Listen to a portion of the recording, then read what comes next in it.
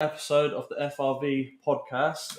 First of all, happy Easter, even though we've kind of gone past the main Sunday now. But Jesus is the reason for the season. yes. How are we? And I hope you didn't all eat as much chocolate as I did over the weekend. But this guy isn't just here for show, you know. That's it. And kind of today, we're going to touch on a couple of topics today. The main one being, when it comes to men's mental health, are friends really there for you? Because that's kind of something that you speak about all the time, isn't it? As always, you know. Yeah. We say a lot of men to reach out to your friends and stuff like that. But we kind of want to go through a few different topics and to bring kind of relationship side into it a bit as well. And then hopefully we can get your take into it and touch on a bit of maybe do's and don'ts and so on and stuff like that. Definitely. But one of the first things I think as well is I've still got like younger brothers and stuff like that they still have a big group of friends. And loads of times I kind of speak to him and I say, how's that going? And he's like, yeah, it's good, you know, I see them and see that and stuff like that. And I'm thinking, these younglings now, and they even me still being young at 25, when they get to my age, they can kiss most of those friends goodbye. Mate, 100%, buddy. Yeah. I could probably count mine on literally one hand, mate. Yeah, you know, the same as me. It's such a small circle, mate. Yeah. It's kind of better though, isn't it? When you say like it's having a smaller group of friends in the end, right? You kind of don't have a choice in the end, do you? Yeah. Well, to be fair, mate, I'm exactly the same. It's I don't know. I think, like you said, the younger generation, you know, they have like sort of bigger groups, but it's just it's kind of dependent on the person, isn't it? Because like, you know, for me personally, I think the way it is nowadays, you know, like on Facebook and stuff like that, most people just want to be nosy, you know, seeing how your life's going, you know, comparing lives and stuff like that. Where it's just, you know, but if you really needed to count on them for something, and you reached out to them, they'd be like, you know, can you lend me 20 quid? I'm skint, you know, would they be there to help you, mate? Do you know what I mean? That's the thing. You might have a lot of friends, but what ones, you know, if you break down or something, you call them, are they actually going to come and help you? Yeah. Because I've got, like, you know, I've got a good friend that I've broken down many times, and somehow he just pops up out of fucking nowhere. One time I broke out of one of my, I had a 190 Mercedes, 1989. Nice. It was a lovely car, and I come flying up the road, and the distributor cap, what I found out later on, it actually cracked, so it wasn't distributing the spark out properly. Oh shit! And as soon as it broke down, I was pulling out, and there was 2 lorries coming down at the junction, and I stopped. So they like hit their brakes, they was beeping. I was like, fuck, and like I looked behind me, the car started moving. I was like, fuck, look, my fucking mate was there. I was like, where did you come from? Like literally, it's like godsend. I just turn around and see his face. Like, all right, mate. It's one of those that are just there, mate. I was behind you the whole time. I was like, oh shit. So yeah, I mean, my car sat there for a few days, but yeah, I mean, you can have a big group of friends and think, you know, you know all these people, but how many can you actually rely on, trust? And exactly, mate. Yep, no, 100%. Actually trying. Well, it's weird, isn't it? Because I find it like sometimes when I reach out to someone and you know, it's almost, I don't know, they almost find alien. Like, I always remember you touched on before, you know, when you said that, like when your friend approached that girl one time in the club, and they were like, "What the fuck are you doing?" And it's like, you know, sometimes, you know, I'll be thinking about someone or a friend of mine, and I'll just like send them a little message. You know what I mean? Because, you know, like that sort of thing you posted before, you know, and it said, you know, stop texting people, you know, and you see how quiet your phone goes. Do you know what I mean? If you stop texting people first, you know, because mate, no fucker text me first. Do you know what I mean? No.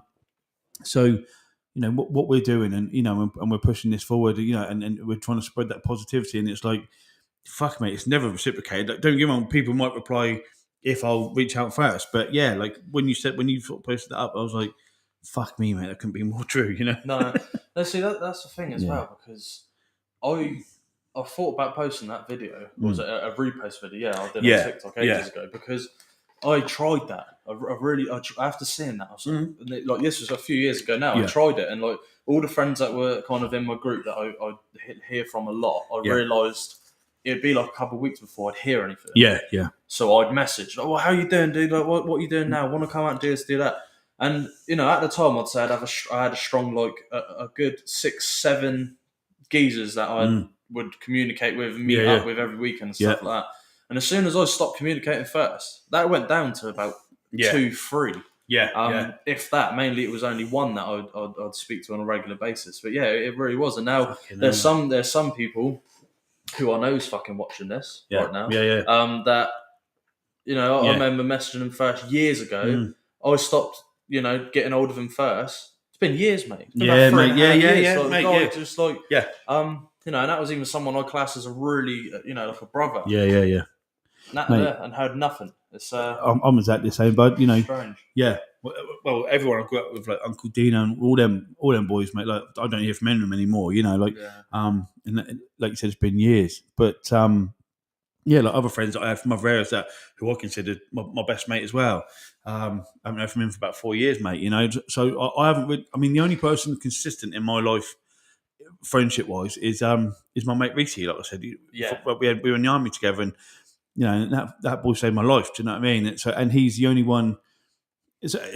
Sometimes it's hard because, like I said, he'll reach out when he's drunk, when he wants to talk about the old times, which is brilliant. So I'm always there, and mate, I know for 100% he'd never do anything stupid to himself, but it's nice to always answer his calls and stuff like that. But most of the time they're about 11 o'clock and, unsociable hours because he's pissed and wants to talk about firefights in Iraq and that, you know what I mean? So, one of those conversations. Yeah. Which is nice, at times, but not when you're just about to go to bed and it's like, oh, okay, man. And I know, we're going to be at least 2 hours deep and, my missus has gone on to bed and just let us get on with it. But it's, but yeah, mate, but like I said, I could literally, that other Thursday when I went with my boys before then, that was another one where, I've known these boys since first school, mate, and I love them dearly. So, and probably like yourself, mate, I do have friends that I could go a year or two without even seeing them, but as soon as we get together again, it's like, bam, you've never been apart. And that's nice, I know. Do you know what I mean? Like, you think, oh, fuck yeah, just take it for what it is. We'll have a good night. And then you sort of like, okay, well, I'm not going to read too much into it. I might not see you for another year or whatever. But, we had a good night and it, enjoyable. But when it comes, like you said, when it comes to like actually having people that are there for you, like, because it's like with a lot of my friends that know about my past and the sort of lifestyle that we've had, been in the army and stuff. Yeah. It's probably like, I don't know how you sort of found it, mate, but it's like, because I've always been that strong one, like, I got promoted quite quickly, so I was in a leadership role and stuff, and I think with a lot of my friends growing up, it was like, like I said, you've had friends that have struggled with drug addiction and stuff like that, like, like Craig and James and that, and then boys, and I was doing everything in my power to help them, but at the time I was going for a fucking divorce, man. Like I wasn't, the previous relationship I was in, was putting a wedge between me and my children. So it was like, so I had all this shit going on, but not one person ever turned around and said, Joyce, you're right, mate. Do you know what I mean? Because when you're that strong one for everyone all the time, you get overlooked as such. But everyone needs that. It's like, fucking hell, dude, you're right. Like, like, are you all right? Yeah, are you all right? Because that's the thing before, like, in like mine and Court's relationship, we've always had so many friends in the past round, and their love lives, fucked up. Other friendship, and they like would commune with us. Like, we'd always be that couple giving advice. Fucking hell, we'd like probably the most damaged fucking people and gone through some of the most hardest shit ever. And we're suffering throughout the whole time. And it's almost like these like so-called friends I had and like people I thought were brothers that even went to school with and stuff like that. Yeah. I've done so much for some people with it, even like lending my car, fucking money, anything, like helping them get jobs, all this stuff. Done all of this stuff, forgave them for some shitty things that they've done towards me, and they're not here. And you sit there thinking, you cheeky, like it's like, where are you now? Like I was there helping you, and then the one time maybe I now might need help, like within like the last year or so. Which we all do. Do you know what I mean? Nothing, absolutely nothing. So again, I had to just rely on myself. And I've got a couple mates now, that I speak to regularly, meet up with regularly and stuff like that. And you think of where you started, man, to like where you are now. It's crazy. And it's almost like it's like that kind of thing where you help someone and they get everything they can from you, and once they don't need anything, that's it, they're done with you, and they just fucking ain't that the truth, man? Yeah, literally, buddy. Yeah, it's just, but and I had the same, and it's hard because, like I said, the two people I mentioned before, especially with the drug addiction, it's just don't answer my text, won't answer the door, do you know? And it's like I was there, you know, for all their shit, you know, and like now, because this is the hardest thing for me because like everybody fucks up in life. Do you know what I mean? You know, and it's unintentional. Like, you know, that's why it's called a fuck up. Nobody means to fuck up, and you don't know at the drop of a hat where your fucking life can turn on its head. You know, and take you down some dark paths and stuff like that. You know, I've been there, mate. You've been there. You know, and we've not been there. We're still fucking trying to, you know, navigate these dark fucking valleys. You know, so and that's what. You know, I tried to look at it as well. Maybe he's embarrassed. You know, like but I don't give a fuck, mate. Like I don't care what you've done. Like I always said to my missus, I don't give a fuck if you kill someone. Like I'll help you bury the body. Do you know what I mean? Like you know, because my missus now, you know, she's been there through fucking thick and thin, man. Like and she's seen me at my lowest, and you know she's picked me out. You know, them dark times where you know. You know, and I've said it before. If I hadn't met her or didn't have her, I don't know if I'd still be here, mate. To be honest, you know, where some of my shit's gone at the, you know, in my life and in the last 5 years. So yeah, it's. But that's the hardest part for me. It's like, dude, I don't give a fuck what you've done. Do you know what I mean? Like you know, Craig, he's come out the other side, you know, and for the most part, I think he's sorted the shit out. You know, yeah. But now, like you said, he doesn't reach out. We don't speak. Do you know what I mean? And it's like I don't care what you've done. You know, like we've all fucked up. You know, I've fucked up on every fucking level and every aspect of my life, from relationships to fucking finance to you know, I've shit on people in my life before. That people are trying to help you in that, and you don't see it at the time. So you know, so I fucked up relationships and friendships myself. You know, but like now it's like.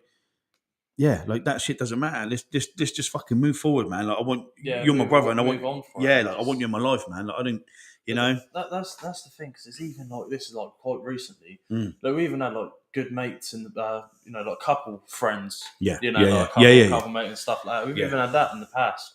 You know, they've fallen out over this ridiculous stuff. Yeah, and then over time, like because this happened recently, I had like two friends where. You know, we had to be in close proximity of each other, so like you know, made the best out of a bad situation, talk, you know, get on stuff like that, and then let's move past this. Who cares? Yeah. And then after that, I've like reached out to him 3-4 times. Like, do you want to meet up this night? Do you want to go out for a meal? Do you want to go there and do this? Just from the fucking blast off every time. And then like, you're busy this weekend. No, not busy. Sweet. Do you want to do that? Yeah, maybe. Oh, actually, Sankal's come out. We've got plans with someone else. And you think. You cheeky fucker, mate! Like, yeah. Actually, and that's for me. Like I always try to give people second chances. Once you fuck that second chance, you're dead to me. Fuck yeah, mate! Yeah, I don't exactly. care if you're drowning and you shout out. Do you know what I mean? And I'm on this pier. You're drowning. Yeah. We're in for a long swim. Yeah, long walk off a short pier, mate. That's it, buddy. Yeah. And that's like so recently happened, and I remember sitting there with my missus and going, I've tried reaching out to these people to rekindle whatever, you know, all this stuff, even though it wasn't my fault. And then yet again, even most of the time with these relationships, not all women. Remember, we got to say that first, so people snowflakes don't melt. But it's usually because their missus like kicks off at them. Like, oh no, you shouldn't be friends. You shouldn't be doing this. Like that. Yeah. And that's what kind of destroys a lot of the friendships, because I've seen it, but a lot of the times the kind of female pulls the guy away and stuff. Like that. Yeah. That's what I've found anyway. But yeah, like, try reaching out to a lot of people just for them to shit on me. And mate, 100%. No, it's mate, ridiculous. Yeah. Do you know what? Do you know the one I used to get? Funnily enough, you saying on that, right? It was when I'd be on leave, you know, weekend leave, you know, and you come home and you speak to the boys, right, you know, and obviously it was quite rare. You know, I mean, I was based in like fucking Tidworth, but then it was Paddle was out in Germany, you know, so you're only home like every other weekend at best, sort of thing, and I see the boys, you know, lads, like, I'm coming home this, you know, I'm not fucking going beating everyone's door, you know, dragging them out, you know, dragging my boys out, like they're grown men, they've all got their own decisions, but you know, all I used to say was, I'll be home at this weekend. I'll be going out. Yeah. Mate, it was them. I was like, yeah, fucking let's do this. But all their misses used to fucking hate me, mate. I'm the one dragging. Do you know? Yeah. I'm the one dragging. He's doing this. He controls all this shit. Yeah. I fucking get the same. Mate, I got fucking mates cheating on their misses left, right, and centre. Do you know what I mean? And you know, for fuck's sake, I'm not naming any names, but I used to see this shit every weekend. Do you know what I mean? I'm seeing them, and it was like. You know, you just sort of think, am I bearing the brunt of all this shit? You know, And you just think, I'm not making them come out. Like, it's a very strange one. But that's even like my missus' friends, like in the past. She's had quite a few friends now from university and stuff like that. Yeah. There's been like being in the army, so you can read people very fucking quick, can't you? Like, it's not a lot of people say, "Oh, you're judgmental," stuff like that. It's like, no, you know when someone's wasting your time or not. It's like a skill you need to learn in the military. You need to read people and all this stuff. Because it's dangerous. It's a dangerous job. You need to read what's going on around you. Situational awareness. She's had certain friends where I've sat down and gone, I know they're your friend, but they're bad news. They're using you and stuff like that. And it's funny because all these years later now, she's like invited them out and tried with them, and they've just shut on her and don't bother. And the funny thing is there's a lot of these friends. Something go find out. It might be with like some of the younger generations now, but like I built a bar in my dining room, like loads of our older mates and some older mates I invite round for drinks and stuff like that, and they're like, "Oh no, busy," and then. You look on social media on what they're doing, and they're out at a nightclub, and you think you'd rather go out to a nightclub with one other person, getting touched up and shit like that all night, when you could have a good close group of friends at home, getting drunk together and stuff like that, in a safe, quiet kind of like whatever, play music, do all that stuff, and they don't, and you just think like it's almost childish, like, so rather just go out and like, and I even see like some of our younger friends and stuff like that. Loads of these girls kind of like turn 18 and straight away they're straight out on the clubs doing this, and you think you're just wasting your life. There's so much other shit to do. And don't get me wrong, I've had some great nights in the club. But I didn't do it at that age. I've done it in the last few years. I've kind of gone and done it because it just never appealed to me. Go out and get drunk while people are trying to touch you and grab you. That's it, mate, and that's exactly it. But even on the flip side of that, like I said, my mate Dan, he's a doorman in town. Yeah. And mate, he literally came in there about 2 weeks ago and was like, "Mate, I've just got out of court." And I was like, "Oh, what you done? Have you been fighting on the door?" And he was like, "No, like, asked some guys to leave. His missus, like, I had all this, missus in one arm, guy in the other sort of thing, escorting him out. His missus grabbed his arm, pulled it out, nipped, got the knife, went to stab my mate." Do you know what I mean?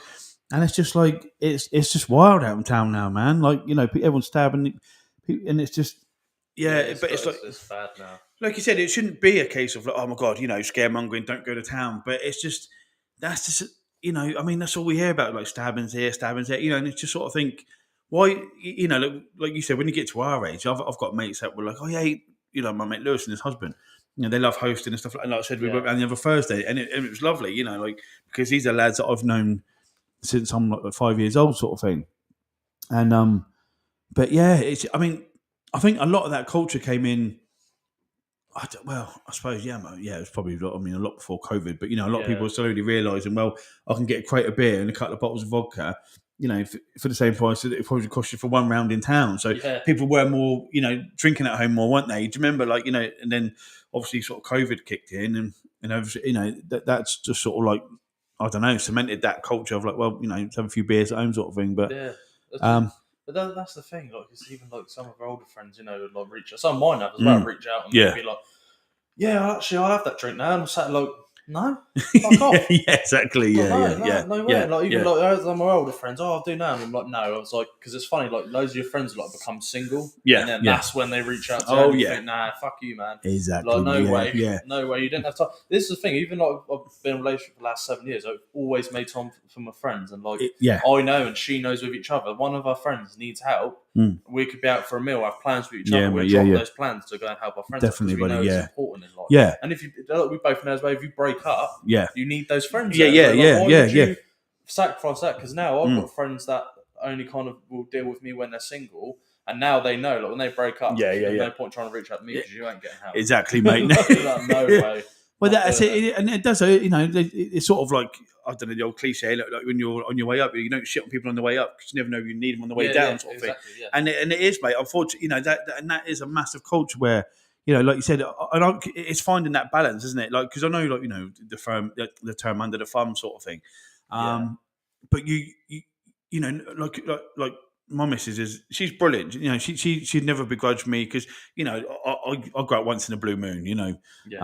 Probably I think last January was the last time I went out for a couple of beers with James, and so she understands that. Again, for instance, when my mate Chrissy reached out to me and said, "Oh, Carl, do you want to come out for this Thursday club?" And I said, "These are boys that I've known since first school." And it was a lovely evening, mate. You know what I mean? We sat down, we had a few beers, a few cocktails, and when we just chatted shit, you know, and it was just lovely because, but like I said, just an evening every now and then. It doesn't have to be, you know, every weekend or anything like that, but just to see your boys like once a month or something like that, you know, just keep that balance, mate, you know. Because no, mate, I was just saying, like, massively, like I said, the amount of people that are, again, I know, I was just going to reiterate to the whole text thing, like reaching out to people. You know, mate, is that ever fucking true? Because like, I was just thinking about it then. The amount of times that I've texted, like, sorry, mate. I went on a little tangent, and I was just like, yeah, wow, yeah, very true. It does. It hits you hard. It's like, but that's the thing. Yeah, In the house, I built all this stuff. I had games and done all of this because I thought, getting people around. Because every time you see people, they're like, yeah, we need to get around, get drinks, but all the pubs are like closing down these days. Yeah.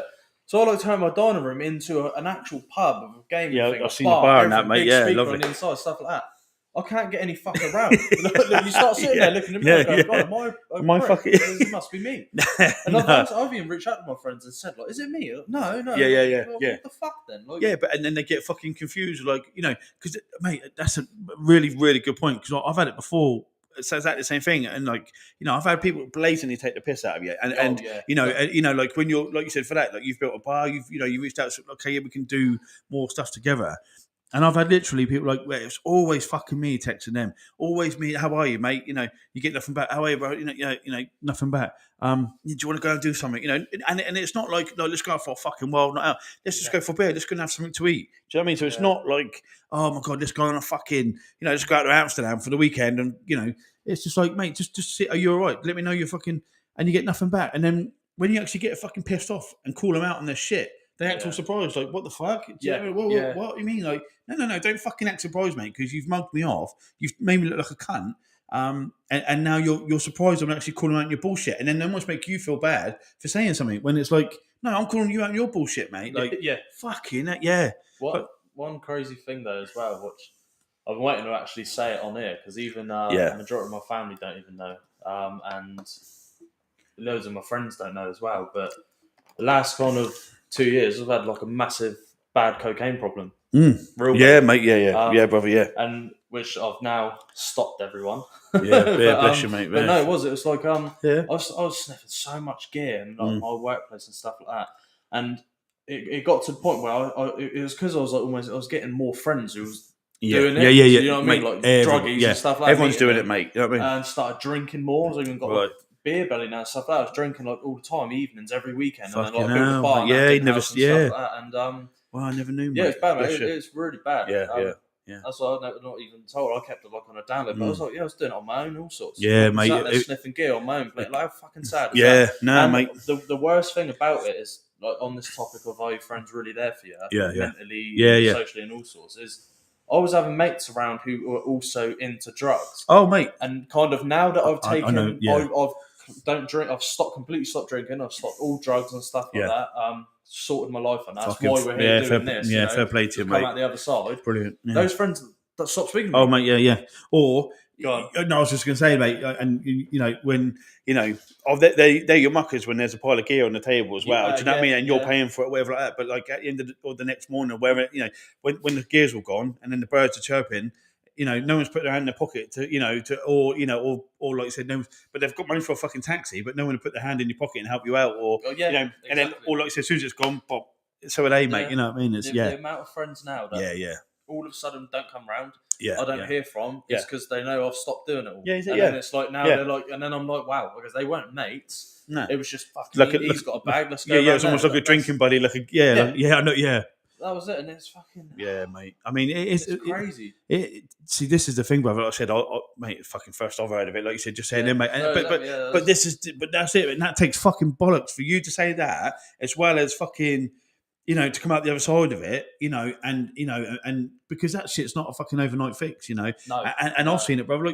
Like I've seen two people that I consider brothers that I've known all my fucking life. Like, you know who I'm talking about. But it's like, you know, one of them's still fucking knee deep in shit, mate. You know, and the other one's turned his life around for it. But again, you know, one doesn't speak to me. Well, neither of them speak to me. But okay, one of them's because I don't know if it's because he's embarrassed or he just doesn't give a fuck and doesn't want to reach out. But the other one, I know who's knee deep in shit still, mate. I'm everything. I'm going around there, knocking the doors, and answering. Do you know what I mean? It's like, but again, mate, that takes fucking massive bollocks. But and it's so easy to slip into that, isn't it? Do you know what I mean? Like where we grew up, fucking drugs are everywhere. Do you know what I mean? Like, and I think, and it's very easy. Yeah, mate, exactly. So growing up, I think for me, and like yourself, I mean, when we joined the army young, that's like not saving grace. Do you know what I mean? Like I said, I know people say you're a product of your environment, but I'm living proof that you can get out there and join the force, and same as yourself. Do you know what I mean? Whereas we still got people that we know that are still, out there rocking and rolling every weekend, and going back to for after sort of thing. So, but yeah, mate, it's thing is, it's for like a lot of people, because it's good to say this on here, because there might be people watching, that are doing it, and you've only getting friends round, and they're only doing drugs with you. That's it. If you don't socially spend, going for meals with them and their partners, whatever, or even like if you're in the car meets or anything, stuff like that. Yeah, like, definitely. The arcades, if you're a bit younger, even now, I love arcades, but like stuff like that, you need to question them, because I didn't. I know now recently, because I've stopped all of that. But you question, like, what are they here for? Are they here for you? Or are they here for the drugs, alcohol, and stuff like that? And like, I think even a lot of people need a kind of awakening, because mine was literally, I remember on a big night, done loads of gear, stuff like that. And I woke up with all blood out, like dry blood down my face, stuff like that. And I woke up and I was looking in the mirror, like washing my face, going, "What the actual fuck are you doing with your life?" Like, exactly, brother. You need to stop it before you end up crumbling and fucking being everything you said you wouldn't be. Exactly, mate. But again, that's like you said. That comes down to like that circle. Whether it's big or small. Like, sometimes it matters who's in that circle, isn't it? Do you know what I mean? But like definitely. You said, the minute, because mate, we've all been there. Do you know what I mean? Like this, you're chasing that first. As soon as you do that first line and you get that, but it's it. You're chasing that for all night, aren't you? Do you know what I mean? And it's mate. It's an incredible feeling, but it's kind of like what we said about joining the army. If you don't find that why, do you know what I mean, or why, how, why you're there, why you're doing it for, it's a fucking hard. And it's the same when you've got a gear, you're on the gear. If you don't find that reason to get off it, do you know what I mean? And stuff, you won't, mate. Yeah, because you can go just as deep as fucking being on the gear as it is joining the fort. It's like it fucking consumes you, mate, doesn't it? Do you know what I mean? Like, but that's the thing. You need a bit of advice for anyone saying over it. Like, you need to look around you and who is it affecting. As well, like, fuck me, my missus family don't even notice. So if they see it, it's going to be a shock to them. There's no point fucking like hiding it. But it's one of them. Like even like it's CNO. Every time I get it out and stuff like that with the lads and stuff, fucking it was like pure disappointment, and I didn't blame her. And after that, it's like destroying her, watching me destroy myself. Yeah. And that's the thing. You need to look around and think who because if you don't care about yourself, you must care about the loved ones around you. Yeah, mate. Yeah. Look around you, your partners, kids, all sorts, and it's not worth it. No, mate. You have some good times, but your health, your health declines so quickly doing that. You feel like crap all the time. Massively, mate. It's not worth it. There's so much other things you can fix. You can fix that on the gym and hobbies. Like them. They're all like drugs that are going to get you dopamine and stuff like that. On a daily basis, you can do all this other stuff. For people who are currently on drugs, listening to this, going, "No, you can't. It's not as easy as that." It is. You can. So I've done it and come out, and there's so many new things you can do instead that will give that quick high and things like that, as without destroying yourself. 100%, buddy. And I did the same. I was like, when I first got out the forces, mate. I mean, fresh out the army, didn't know what else to do. Do you know what I mean? And it was like, I fucked up. I was on the gear as well. You know what I mean, mate? And it's just like, and it's the same. You kind of find out who your friends are, and there are certain times when you just sort of like think, fucking, I've hit rock bottom here, because when you first leave the army, it's such a fucking hard thing.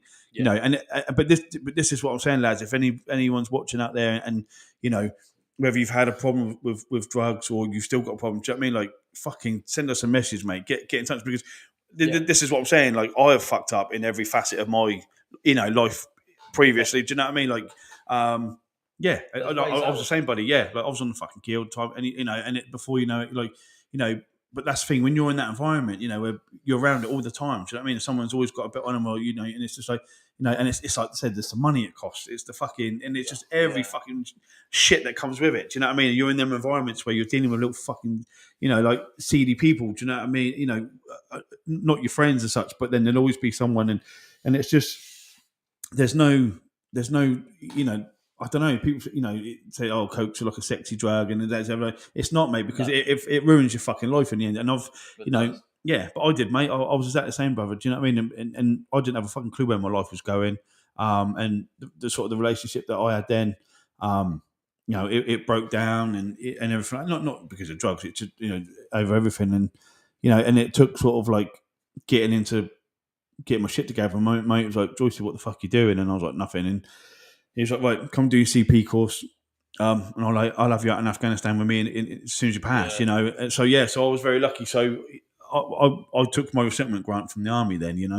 I did my CP course, which was like $4,000, and never looked back, mate. But it's like you said, nobody's fucking perfect. Do you know what I mean? And this is what I want people to sort of realise if they're watching and getting anything from this. It's like whether you're ex-forces or you're not, or whether you're watching us like now, and it's like you're the partner of someone suffering with mental health problems or PTSD or from whatever reason.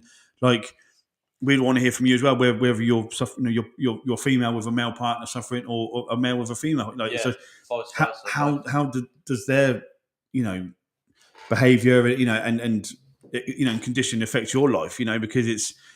But yeah, this is what I really want to fucking harp on, because like I said, there'd be people like you, mate, and me, mate, like both been there. Yeah. And they might be there, and they've got a drug problem at this time. And this is what I said, like, we don't give a fuck because we've both been there. Like we've just said, I'm fortunate that mine was many, many years ago, bless you, and yours was recently, mate. Yeah. But like I said, I didn't know that, mate. It's the first time you told me, and the amount of bollocks that takes to admit that, Yeah, exactly. And it's a strange one as well, because even during all of that,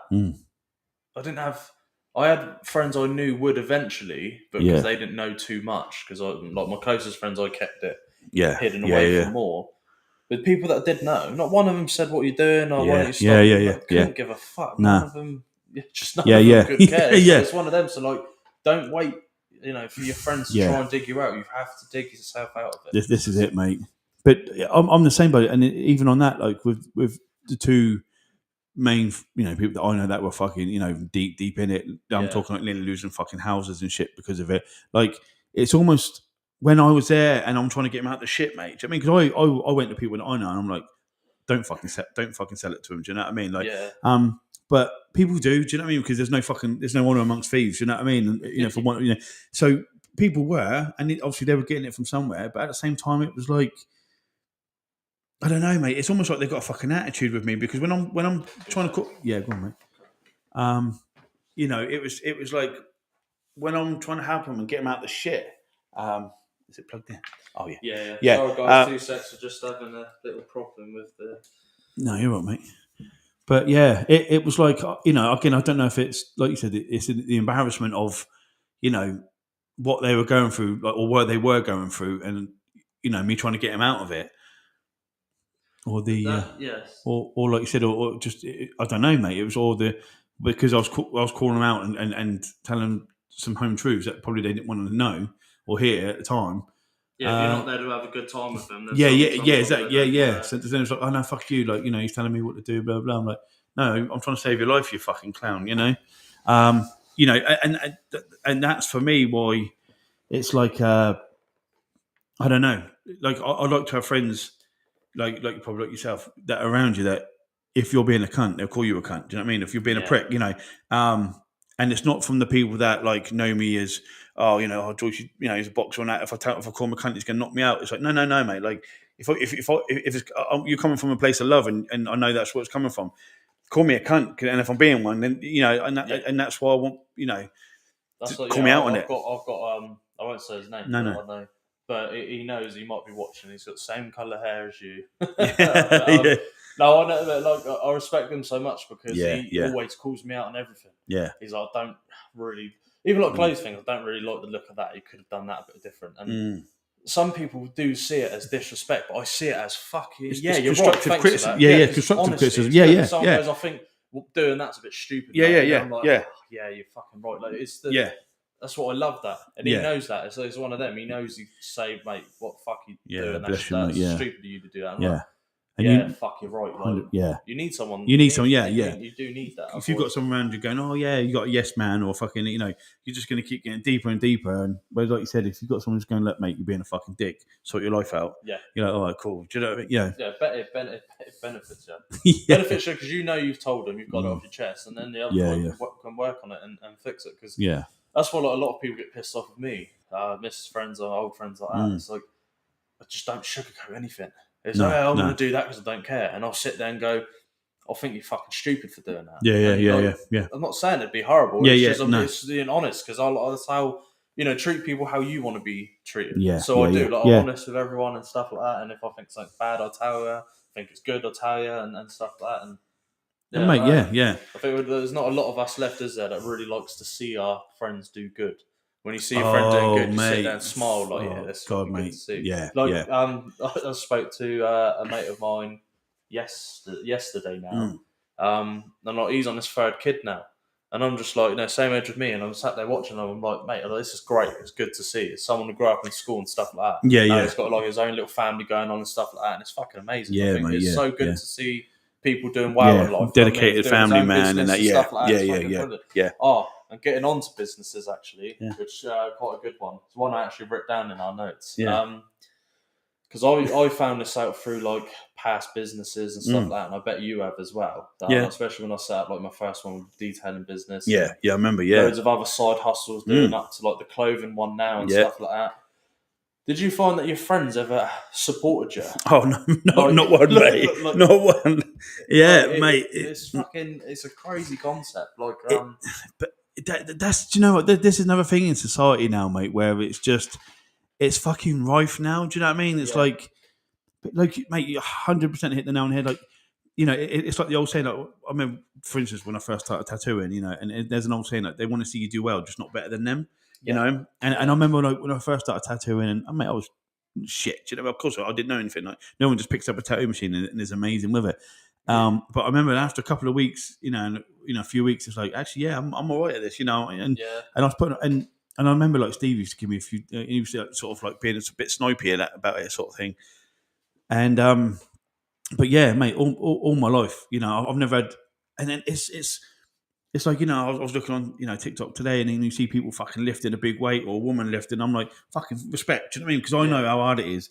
Or anything to pick that weight up off the ground, or like say, to find that motivation to get off your ass when you're sat in the morning. Oh, I don't want to go and train today. No, get the fuck up, go and do it. Or like from boxing. Do you know what I mean? Like whether it doesn't matter, mate. If you walk into that boxing gym and you've took that time to get off your ass because you want to better yourself, or whether it's sparring or whatever you're doing, and it pisses me off. And I used to see it all the time when blokes go, oh, fucking no, get in the ring. Get in the fucking ring then. It takes so much bollocks to put, when you step into a ring and someone's going to punch you in the face, because nobody likes getting punched in the face. Let's be fucking truthful, but it's shit. Do you know what I mean? Like, but they're always the worst. Sorry, guys. Sorry, mate. I just realised why this isn't working. Oh, bless you. I got the wrong port plugged in. But no, that's also the same. But it is, mate. War is always like that. Oh, well, I would have done this and done that. Go on then. Yeah. Go and do it.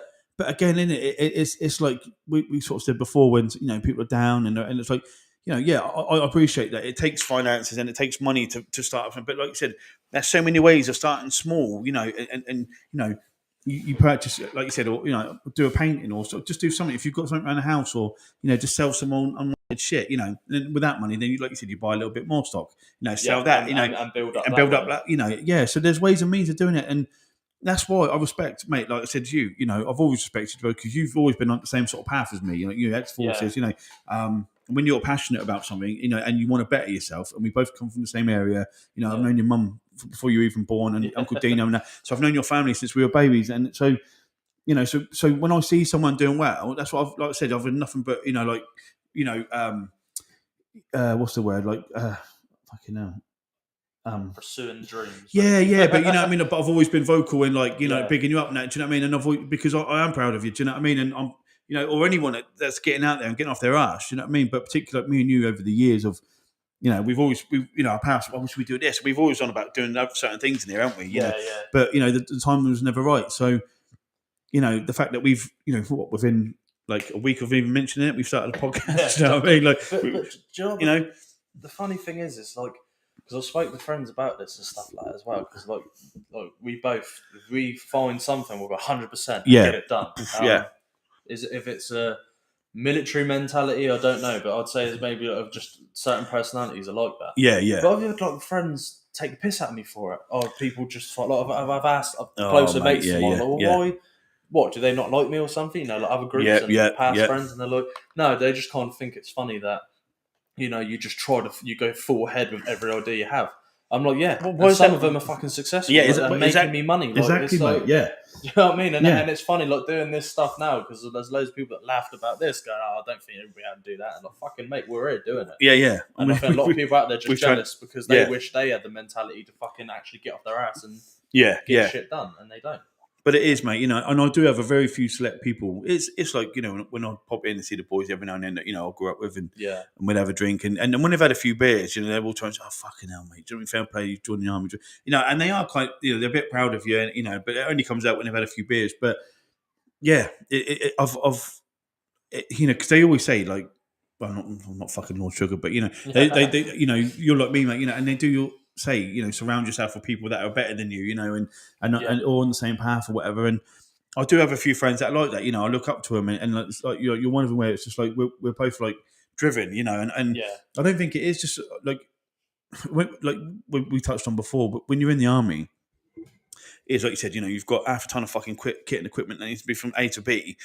Yeah, like you said, if it's pissing down rain and you're cold, you know, you don't get a choice. You just get on with it, you know. So I think there is that soldier mentality where, you know, it's that ambitious, but again, I think it you know, it boils down to just, I don't want it to better yourself, isn't it? You know what I mean? You come from a... So I just thought I'd say, guys, someone commented saying we've got to talk more about men's mental health, like what you're doing, brothers. Yeah, no. Exactly, mate, 100%, buddy, I've had even like family members recently done, friends, just a quick one, saying they've checked other podcasts and no one else is actually explicitly just talking, you know.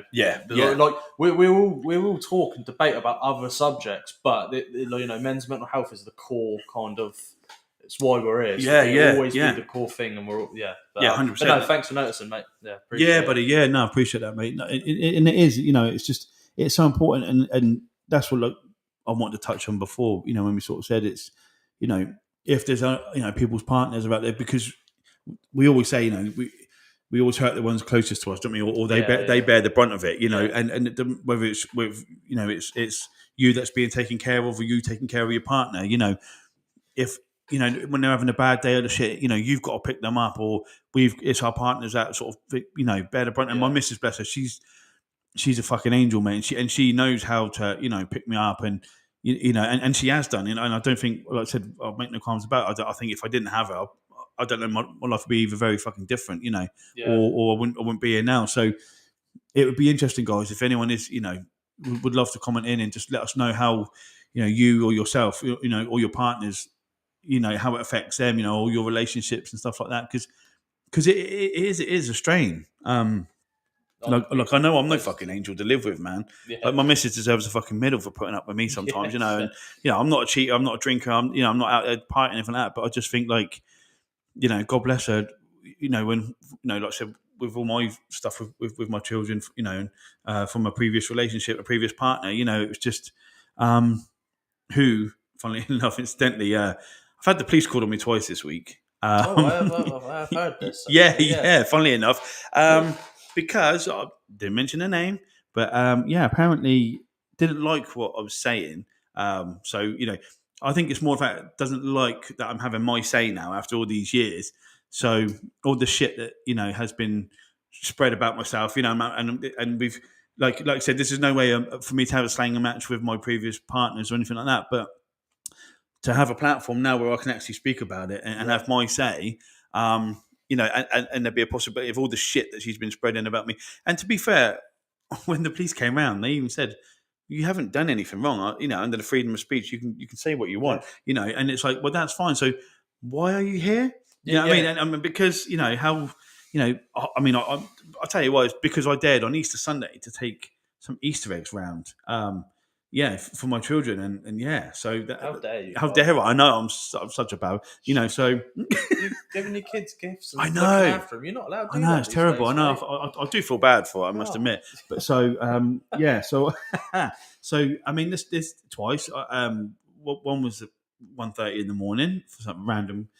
Please visit to my door. And, that was Wednesday, and then Easter Sunday yesterday. So you ain't had your third time's a charm yet? No, third time. No, not yet. Right. I mean, I probably will when this airs.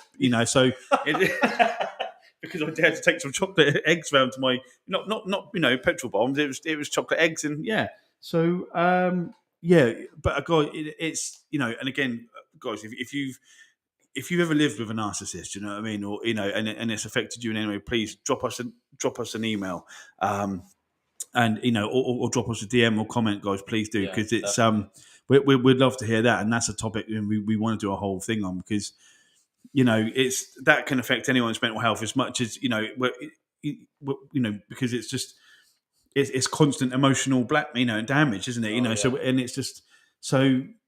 Yeah, would love to hear from you guys. If you will get a response. It's not one of those email in, you won't hear nothing. Back, whether you're living with someone who's still slandering your name, your reputation, whether it's affecting like friendships or like family members not talking to you because of stuff that a previous partner said about you, or still saying, or like myself, where it's affecting the relationship with your children, for no reason. So.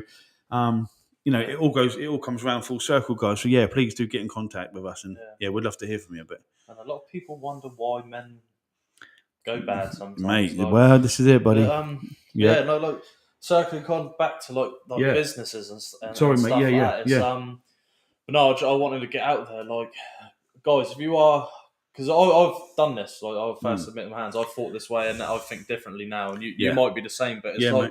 If you're currently in a place now where you're trying to start a business or whatever, stop relying on your friends and family to buy the first thing and stuff like that, because I will shout out, I've had a couple of friends at the beginning. I had two mainly that bought something straight away without asking, so biggest respect ever, much appreciated. And I've got friends that don't make as much money and stuff like that, and have kids and stuff they can't afford to, absolutely fine, but they share it, they post it, do you know what I mean? That's bless them. Other way, you don't have to just. This is what friends are friends. If you know someone, a guy who's starting out a business, if you don't have much money, that's fine. But repost what they post, share it on their Facebook. There's so much free ways you can advertise and help a friend's business. Oh mate, just by sharing it. You don't have to put any money. A quick copy paste, whatever. Share.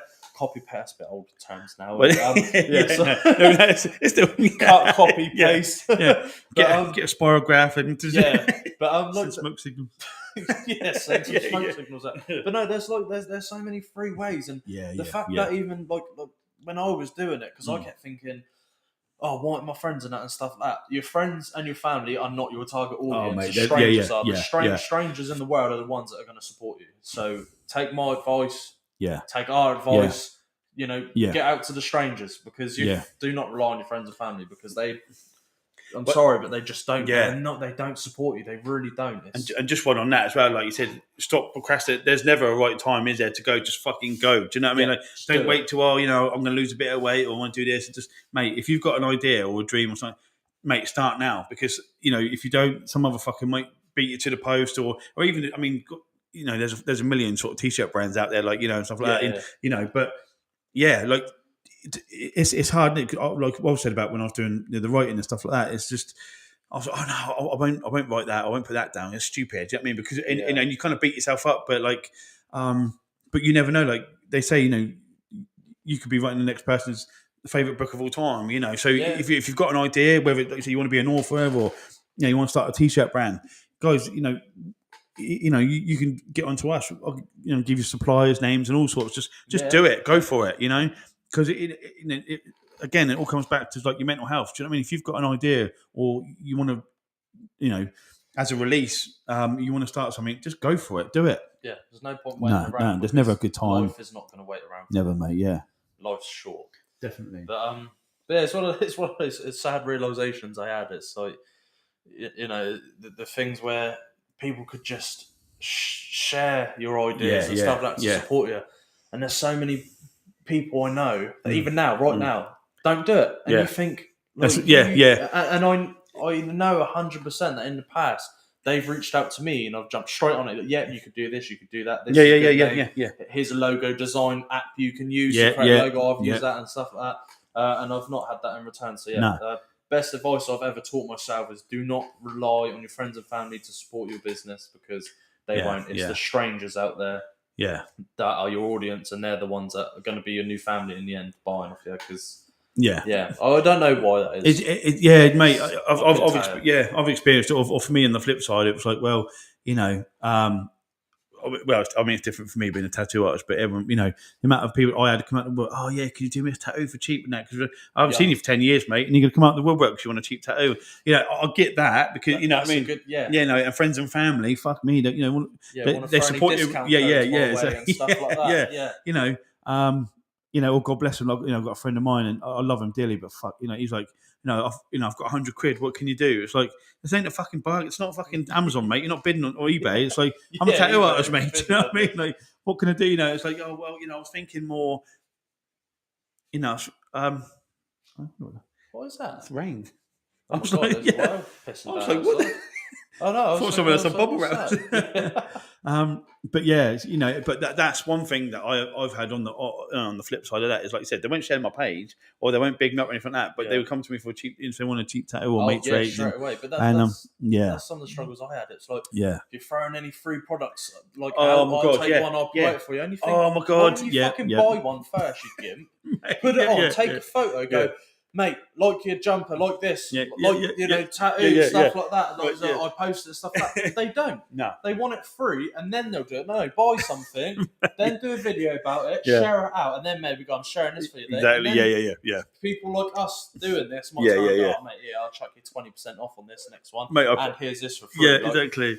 Mate, I promise you, literally the same person, and I'm not going to mention them because I love them dearly. But literally the same guy was like, "Oh yeah, I see you doing your hoodies and your t-shirts. Oh yeah, that's cool, And he's like, "Yeah, if you stick your phone number on one, I'll I was like, "Yeah, mate, cool. I mean, they're only like 20 quid, you know what I mean, or 21." And I was like, "Yeah, they're 21 quid, mate. Let me know." Oh yeah, well I'll have to let you know. And I was like, "No, so basically you want a hoodie for free? So what are you gonna like? It doesn't hardly leave the house. I'm like, so I'm gonna give you a hoodie for nothing with my phone number on it." And I'm like, yeah, okay, mate, but I appreciate what you're trying. And to be fair, like I said, I don't. It wasn't from in that particular case. Anyway, it wasn't like being cheeky. It was just like, I genuinely think he was trying to help. But it's just like, yeah, dude, I'm not going to give you a free hoodie, mate, just so you can just my phone number on it. Like, I've got 3,500 followers on Facebook, and so it's like, yeah, bless his heart, but no, yeah, it's something that is ridiculous in life. I had it all the time, and not even just with my and Mrs. Clothing company now. It was even things in the past. It was always when I was running like detailing clothing. If you done my car for free, then I'll video. It's like, why not just hire me to do it? Then video and do it. And exactly, mate. I'll sort you out for life. Like you sort me out, I'll sort you out. Like, it's one of them. But so many friends just don't want to. They just want handouts, and it's ridiculous. And like now, like I was going back to strangers are your friends, is because I had strangers buy stuff like t-shirts, stuff like that, and then they posted a really cool. You can see they took time to edit the photo they've taken off, like wearing the product, stuff like that. Nice, they took time to edit, post it out, tagged us in it, like, done this photo, thanks guys, love this. Yeah, cool. So then when I've seen they want to order something else, I chuck them 20% off. And stuff, 20% off, mate. And then throw an item for free and stuff like that. I don't have to do it, but because someone's gone out of their way to do that, to advertise us, I go out of the way to mate, absolutely, and that's kind of, especially if someone's got a bit of a following, and and people are going to see it. Like I said, it's almost like free advertising. So but again, mate, not just in business, I'm like that in life. Do you know what I mean? Like, if someone does me a good turn, fuck me, mate, I'll go above and beyond, mate, to help that. Like we said, it's very rare. So the people that have looked after me and do look after me and got time for me, mate, I'd fucking walk over hot coals for you. Do you know what I mean? And I think that comes with being I'm loyal as fuck, and I'll, no matter what, if someone needs me for whatever, I'm there, mate. I'm down, but but I'm exactly the same as you. I'll give you enough rope to hang yourself with. Well, that's a bad term, but I'll give you two tries, and if you fuck me over once, I'm like, I'll be very reluctant. I'll pass you that. Yeah. I'll be very reluctant to help you again, man. But then even so, when that happens, you end up being the bad one. Exactly. I don't get how that works in life. It's surreal, you mate. weren't there for me. It was like, where was you for me for the last? But even now, I've gone through times where I still try to be there for someone because that's my personality. I don't want to change how I am because everyone else is treating me like shit. Mate, do you know what? But I swear to you now, I was gonna say that's what I was thinking in my head a minute ago. Yeah. It's like it's so hard, isn't it, when you get shit on by other people, and it almost comes down to full. It's so hard to try and maintain, to be that decent person and not pay it forward to someone else, isn't it? Do you know what I mean? Like, you're taking all that bullshit, and it is hard. Like, for instance, so you're having a bad day and you get in your car, you drive down the road and someone pulls out. They don't know what you're going through, but you lose your shit in that, and it's like I've had that in life where it's so hard, like you said, to not want to be that fucking monster or turn into a monster. You're like, well, you fucked me over, you fucked me over, you fucked me over. So why shouldn't I do that to other people now? And it takes a strong character, mate, to like you said, not do it. Like what you brought up recently. It's like it takes a fucking strong character, mate, to come through the other side of what you've done recently. Yeah, and that's the thing. So other people can do it. Yeah, I do hear a lot of people always saying, "Oh, it's just impossible, though, isn't it?" It's like, I've had that mentality, sat there thinking, my friends ain't support me, this and that. Yeah. But then come out of it and just fuck everyone. It is what it is. Slap that bit of tape on it and just fucking and move on. Get out there and just start caring about yourself. It's and one of them. Like, I'm at a point now where I've got people now recently, funny enough, starting to try to get in contact with me, asking that, and I will always help those. And I hope people notice that need it and deserve it. But I am sorry if you do not deserve it. You mate. Like it's one of them. It's funny because like a certain person I mentioned to you today, like it's funny because like again they're a massive talker, but when it comes out to putting your bollocks out there and just getting on and doing it, nothing. Do you know what I mean? And it's like and I found recently, funnily enough, actually, that a couple of people that I've been reaching out to don't want to know, but the fact that we've started this, it's like all of a sudden it's there's a little platform that could possibly blow up, or they've got oh yeah, all right, mate, and now the messages are coming in, and you're like, oh, okay, well, that's exactly what's happened to me, and it's and it's people watching his stories that haven't watched his stories for the last 3-4 years, and all of a sudden, fucking on every single one, and we know you're watching. We know you're watching. So mate, and even not hide anymore. But I mean, it's like I said to you before. We know some of the subscribers we've got of from my previous relationship, should we say, or previous relationships. Some of their subscribing. Yeah, thanks guys. Thank you for that. Yeah, great. Us, so. Please like and subscribe if you want to follow our life. Yeah, I'll just get that up on there, so it's a bit easier. There you go. Lovely. So so if you want to. Keep an eye on, a bit more what's going on. But even haters are fans. Well, that's it, mate. Yeah, I mean, every subscriber is a subscriber, isn't it? It's lovely. Exactly. But yeah, mate. It, unfortunately, like you said, from us doing this, I've had the same thing. I've had a couple of people come up the woodwork and it's like, oh right, well, I'm just getting into this, or I'm just getting into that, and could have possibly, oh right, okay. But like you said, I think it's too little, too late sometimes, isn't it? Yeah, exactly. But it's like, I've seen people like when I post to social media and stuff like that, I see people liking and sharing it and stuff like that. For those who are liking and sharing it, if then they want help with something, reach out. We'll help because you're supporting us. Who's subscribed? You're subscribed to us. You need help with something. Reach out. Get us at the email and we'll help out. Like I said, we're not perfect. We don't know everything, but we can help out in any way we can. If you're starting something else, you want us to post it on our social media and you subscribe to us, we'll do that. Absolutely, mate. We're there for people that are there for us. Definitely, mate. But again, it's like we sort of said earlier, wasn't it? It's just, even if you're fucking knee deep in the shit now, or you can't see the forest for the trees, it's like there is a way out of it. Do you know what I mean, guys? Whatever the fuck you're going through, just fucking speak out. Do you know what I mean? Or speak up, or just drop us an email if you're local or whatever. Do you know what I mean? We need to, we want to start having people on, don't we, as well? And we'd love to hear. Soon we will, Yeah. Once we sort this mic situation out. Yeah. Well, the thing is, what we in now? 4 or 5 episodes in now? I think this is like the fourth. Fourth, mate. Yeah, so we're still finding our feet, guys, and we're still brand new to this. And we don't know everything. We haven't got all the answers, but the main thing is we're here to build a platform, and we will grow. Guarantee, mate. We will grow because because we're both fucking relentless and we won't stop until it. Yeah, exactly. Do you know what I mean? We're not going anywhere. Anytime soon. And it is, and that's it, guys. So whether, like you said, whether you feel it's like Chancellor, whether you're starting a business or whether you've got a fucking drug problem or or anything, whatever you're going on in your life, if you feel like you can't get out of it, just fucking drop us an email, guys, or send us a DM or something like that, and both our channels are on there, for TikTok and stuff like that, as well as. And they're slowly growing. Yeah, we're picking up traction. So just get in touch, guys, because like I said, there ain't no judgment, and it doesn't matter. It doesn't matter what the fuck you've done in the past.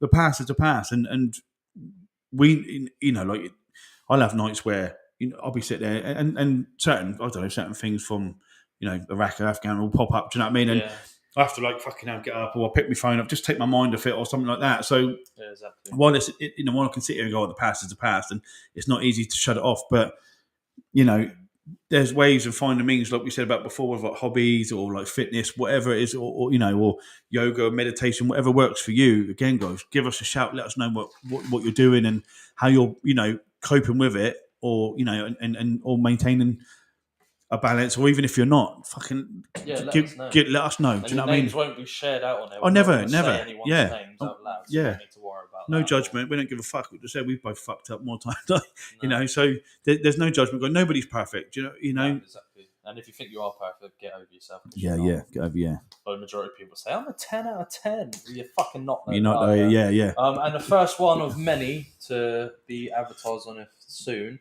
If you are living miserably, then Google Calm, campaign against living miserably on Google, and they can offer a lot of help, advice, and so on. But this is one that we've looked at. They've got pretty good. Yeah, guys, you can message in, and they've got an open line. It's free to call between 5 p.m. and midnight every night. Do you know what I mean? So you can phone them up, and if there's anything you're going through, and like you said, 125 people a day, guys, are committing suicide, and you want if we can just fucking help one person, we'd fucking help you all. But if we can prevent one thing, just to bring you back from the ledge, I've fucking been on that ledge, mate, and it's not a nice place to be. And like Chan said tonight, he just brought something out which takes fucking massive bollocks, and and there's no judgment. That's for mine. It's fucking massive respect, So if there's someone, there will be someone out there listening to that. Fuck me, mate. Even if you're a man, and you're living miserably with a woman, or living with a man, you'll be listened to. I know it's sometimes very hard to believe that men can be abused by women. Which they fucking right, mate. I've been there, 100%. Yeah, mate. I've been there violent. Yeah. And changing the subject a bit, but that's something. Yet again, not to call out women, but it is something speaking, especially recently over the past few episodes and stuff like that, to other females and stuff. It's kind of actually crazy how much females don't know about what toxic narcissism stuff like that is. Because obviously a man growing up with other male friends and so on, you shit on each other, not in a bad way, but let's shit today, mate. Stuff like that. You live in you're criticised daily all the time by your friends and stuff like that, which is good. So what you're about in life. But a lot of females don't necessarily go through that in life. So they kind of do a lot of toxic stuff that they don't realise is being toxic. Simple ways like not letting your partner say how he feels to you. Wanting to talk about stuff for his past, because as you know, there's a lot of time I've been there where they go, it bores me when you talk about that, but that could be such a big thing in his life where it might save him just talking about it.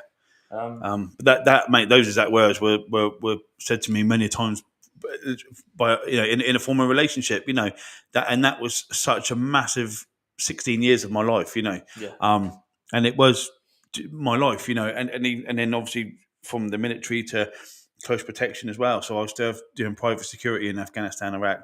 I went on Somalia on the ships and stuff like that. So, and I was always told that, no, I don't want to hear about it. And like I said, it wasn't coming from a place of love where it wasn't like it was too painful to hear. It was just I didn't give a fuck about it, And that was one of the last things. Literally, that person said to me when I left the house was, "No, stop fucking talking about Afghanistan and Iraq. Nobody gives a fuck about what you did." Do you know what I mean? Yeah. So to say that to me, mate, was like it's like trying to drop the fucking atomic bomb. Do you know what I mean? I had to leave, because it was just toxic so toxic, mate. Yeah. But when you sorry, but I was just going to say, when you're with someone. Yeah. For that long, they know what buttons to press. Like to say, they know how to fucking tick it. Yeah, 100%. But like you said, it don't realise how fucking damaging that is to someone who's lived through that. From sort of a combat sort of thing or any sort of trauma. I think anyone to mock you for that, it's fucking soldier's joint, and it can literally cost people's lives. Yeah. And this is the thing, because the video I posted that ages ago. I think we read some comments in one of the last episodes where I said, stop blaming men for their outbursts when it was you that caused it. Obviously, it can go the other way around. I get that, but a lot of time it's the men from which this is from women. Sure. Ladies who are watching, women have sent this in saying about this, towards the end my partner was destructive and stuff like that. Yeah. And they just go, he's a terrible person. You go, yeah, but for all those years he wasn't. So exactly. And this is why it's stuff like this. It's not, going out drinking all the time, half naked and stuff with other girls. And you got a man says, I don't really appreciate you going out as much and stuff like that. And a lot of women always say, oh, you're insecure and stuff like that. But I know at least 6 guys that had these worries about their partners, and the whole time their partners were cheating on them. Yeah, and that's why men say it. And it's, ignoring their thoughts, their past, especially ex-military, not wanting to rekindle kind of things that are important to them in their life. Yeah. It destroys men. And this is why, towards the end, men will become really self-destructive. And it's because... I always, it's a conversation actually I had with Missy the other night. I said, men and women, we're not the same, we're not equal. Not saying, socially we're not equal, but we're not the same. Like equal rights and stuff like that. It means we're the same. We're not the same. Men and women are not the same. We have different traits. And, when women show emotions, it's crying and stuff like that. This is me personally. Not that, it might be different for people, but from what I've seen personally, is women show their emotions through crying, men show their emotions through anger. I really think that's true. And this is the thing, I don't think women really know this. And it's like, if a man's going through a lot of stuff and you've been a narcissist to him, toxic, and the other way around, which obviously I understand there's some things out there, of course, but it's like it really is for men. They're shamed so much for having outbursts, and it's what are you neglecting in that relationship? Because it isn't just the man has to pay, provide, make sure you're okay, ask how your day went, and stuff like that. Yeah. It's both ways, ladies. And I say this to ladies because it is the majority of women, from what I've seen, that kind of neglect it. Yeah, definitely, mate. Yeah. I mean, you're right. Sort of 90% of the time, I think men are inherently sort of programmed to, whether it's fear, anger, guilt, whatever. Those emotions generally switch to anger very quickly because men don't know how to, unfortunately, express their feelings in any other way, mate. Well. Yeah. When you get so upset when you're a kid, you fucking want to explode, and that, or when you get so angry, you cry, when you were a kid and stuff like that. But so, I don't know, mate. It's so hard. Like, I think, that men do manifest, their emotions. They do manifest it in the wrong way sometimes, or you get so upset and you go, no, fucking, or I've got a man up now, and then that turns, it sort of manifests itself to anger, and it's hard for me because, like I said, I've been in that relationship, before, with previous partners where, it's been so fucking toxic, and I wasn't listened to. I mean, and I was, the sole provider, and all that pressure fell on me. Like when I was doing security, when you're earning 10, 15 grand a month tax free, fuck me, there's nothing to worry about. Yeah. To then, when I was tattooing and I earned fuck all, to start as an apprentice. But all that pressure was still on me, and it's like, I do. It is hard because, unfortunately, like you said, domestic abuse from like a female to a male, like it's not. It's the same for me in that. I think because, unfortunately, I mean, not that there's probably a massive number of men, but in our circle of thing, or in my life, in my experience, like genuine dads that want to be there for their children, and like I've spoken to females before, and my mate's like, fucking hell, mate, I can't. But they're, I don't know, they're now single parents. You know what I mean? And it's like, although they can relate, they see me getting upset. Like when the police come around yesterday, I got upset. Because it's ridiculous, police come around. Were called to my house by a previous partner of mine.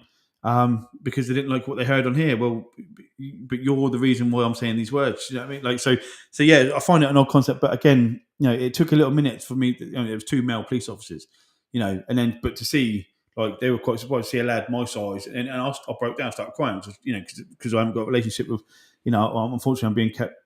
Well, I won't go into too much, but so being upset because my children are being manipulated. That then I then I got upset, and they were both a bit like fuck. They were a bit taken aback, But it's like I said, showing emotion doesn't make you weak. It makes you a human being. Yeah. And unfortunately, for anybody watching this, it's if you're criticised or chastised or fucking mocked in any way for showing your feelings as a male, then brother, it's not you. It's your partner, mate. You're with the wrong person. Oh yeah. Because 100%. because now, fucking hell, mate. Yeah, like my missus. She sees me cry fucking probably at least once a day, mate. Like I cried fucking anything.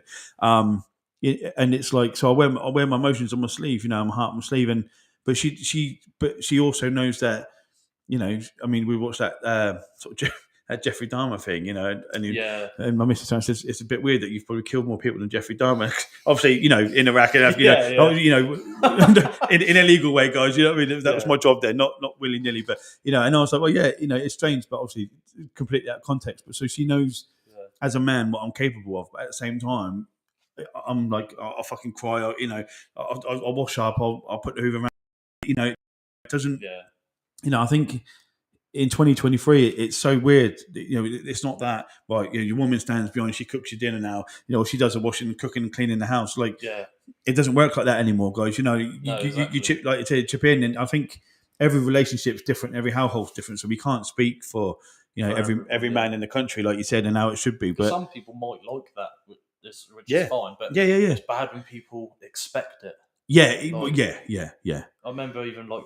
An auntie of mine saying like one of her previous relationships that even like she'd get home from work and she was expected to cook, clean, and do all of this. Oh, and I was But after a day's work as well, you're a stay-at-home mum and he goes and works and those gender roles and you're happy with it. Fair play. But I know exactly what I mean. When people start expecting it, that's when even I look at some men and I'm like, dude, get the fuck up and pick and do it. Like what the fuck who the fuck if you're a real man, get up and do the shit. If it's raining outside, this is fucking of course, mate, of course, of course, yeah. It's ridiculous. And I remember having a conversation once when I was out on the boats and that, doing security on the boats and on the ships, and there was a couple of lads sat around this table and they're talking about like the birth of their children, and fucking, I didn't cry. Mate, I fucking cried. I was inconsolable at every birth of my children because it's the most fucking amazing thing. Do you know what I mean? Like, and I was sat there and these guys are like fucking mid to late 40s, early 50s, something they're older, And I'm looking, I said, oh, well, I must not be manly enough to sit at this table then, boys, you know what I mean? Because you don't cry, don't show them. And I thought, but that's another thing. It's like, when you're in that environment as well, especially out in there you're doing CP, like, all the lads are on the fucking gear. Everyone gets on the gear and they get fucking massive and all fucking swollen that. And I'm like, dude, it don't make you fucking bulletproof. Do you know what I mean? No. Well, I won't say the guy's name, but I mean, my mate Jade, he was the fucking biggest dude I've ever. Man, he was ex-Pathfinder. He must have been 6'8", right? And I swear to God, the fucking geezer was built like a barn door, man. Like, I mean, Jim's arms, they were massive, like, and Jay's arms are massive, and he was one of the biggest guys I've ever seen. But he had like body dysmorphia, mate, like, so he was in a room sharing a room with one of my other mates, just say like Sandy, and I remember hearing this, and I was like, what the fuck's that? This is in Kabul, right, in Afghan. We're staying in I won't say the name. So we was in Afghan in this, in a certain thing. And then, so Sandy messaged me like, Joyce, come and look at this, fucking hell. So I goes down there and like Sandy, he's like 5'0", bless him, fucking on the ball, mate. Ex 5'9" commando, fucking switched on lad. Do you know what I mean? Been there, seen it, done it. Bless him. Do you know what I mean? Fucking mate, he's there. Like every bit of wonky he's got fucking Norgie on, mate. He's got fucking softy on. He's in bed, and Big J's fucking sat there, mate, sweating his bollocks off. Just nothing but a pair of pants with a fucking fan about 6 foot, and the fan's just blown because he's on so much gear. Yeah, you know what I mean? He's sweating one out. Suddenly, the fucking room was freezing. I swear to God. Sandy's like, fucking hell, like freezing his bollocks off. And it was just amazing. And I said, Jay, Mush, what are you doing, mate? I said, you're going to fucking die, bro. You got to... Yeah. And he went, God, I think I'm small. I said, Jay, you seen the way the fucking Afghanis look at you, mate? I said, you're the biggest fucking man I've ever seen. Like, I mean, arms like that, mate, massive. And I'm like, bro, honestly, I had a picture and our comms got compromised when we were out there. And so a lot of the lads come off Facebook for a bit, right? Yeah. But I'm gutted, mate, because I had a picture of Sandy and Jay fucking stood next to each other, and honestly, like, say, Sandy's about 5 foot nothing, and Big Jay was, mate, and he had, like, Jay's got an AK in his hand. Honestly, mate, it looked like a little fucking water pistol. His hands was that fucking big, yeah. But also, mate, his body armor looked like he had a fucking A4 bit, like it was like that. Do you know what I mean? Like they would have shot him and it fucking riddled him, mate. It was so big, like the body armor did fuck all for him. God bless him. But it was bigger than the plate, mate. He was, it was fucking massive. Fuck me, mate. I forgot. I went on a little tangent there. Sorry, mate. I completely forgot. There's the whole point of me telling you that story, but. Oh, fuck me. I don't know. No. I'll do that all the time. Yeah. I'm getting old, mate. Like saying the whole thing, and then you're like, yeah. What was you talking about again? What the fuck was I just saying? But no, but that's the thing. When you go through your life not being able to share these stories to even like in the safety and, good environment of your own home to your partner, fucking, mate. You've got to get him out there somehow. Yeah. It's one of them. But I think that's what it was, isn't it? Because it was just I don't know. I think being in the army and stuff like that, and it meant so. Yeah, like I said, I was in a previous relationship where it was just, you'd get. Oh God, sorry guys, it's fucking apocalyptic out there, mate. Isn't it? Like that's fucking. Oh God. I was like, what's that noise? I know. Sounds like someone's dropped a load of marbles outside. Literally, like it sounds so. Everywhere. But yeah, no, I was going back to something we was talking about earlier, stuff like different emotions between females and males.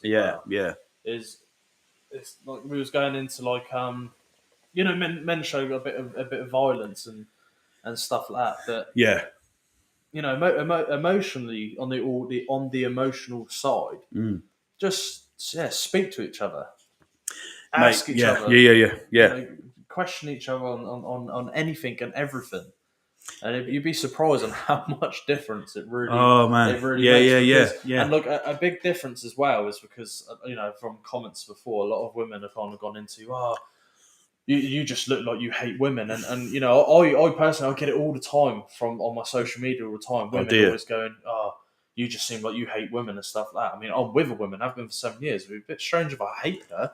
But then this is the society I've now come to terms with and realise that we do live in a time now where women can hate on men all they want and nothing gets said about it.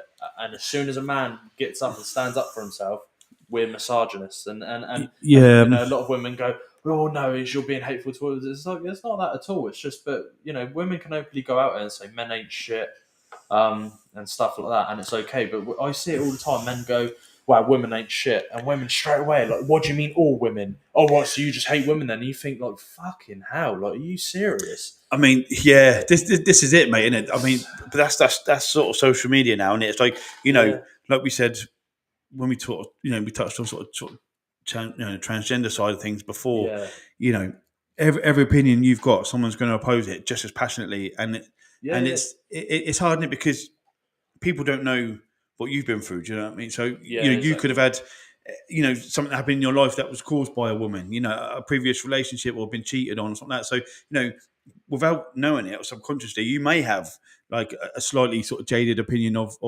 women, or do you know what I mean? Or not so much all women, but it's like for me, I don't want to feel like this is a podcast where I'm getting to a slang and match with former partners, whatever, over certain things. But what triggers you into feeling like you do now, you can't help that, So whether it's something a female's done to you, anything, mate. So for me, mine is, unfortunately, I've got a previous, partner that who's getting between me and my children, and filling the head with absolute bullshit. So I'm not going to sit here and start this as a platform to in any way to get back at, or into a slanging match or anything like that, because we've, the relationship ended many, many, many years ago. It's just that what's triggering me is this now. So this is what we're dealing with now, and it is hard because I'll guarantee there's people watching and whether it's not just veterans guys or whether it's anyone suffering with any sort of like form of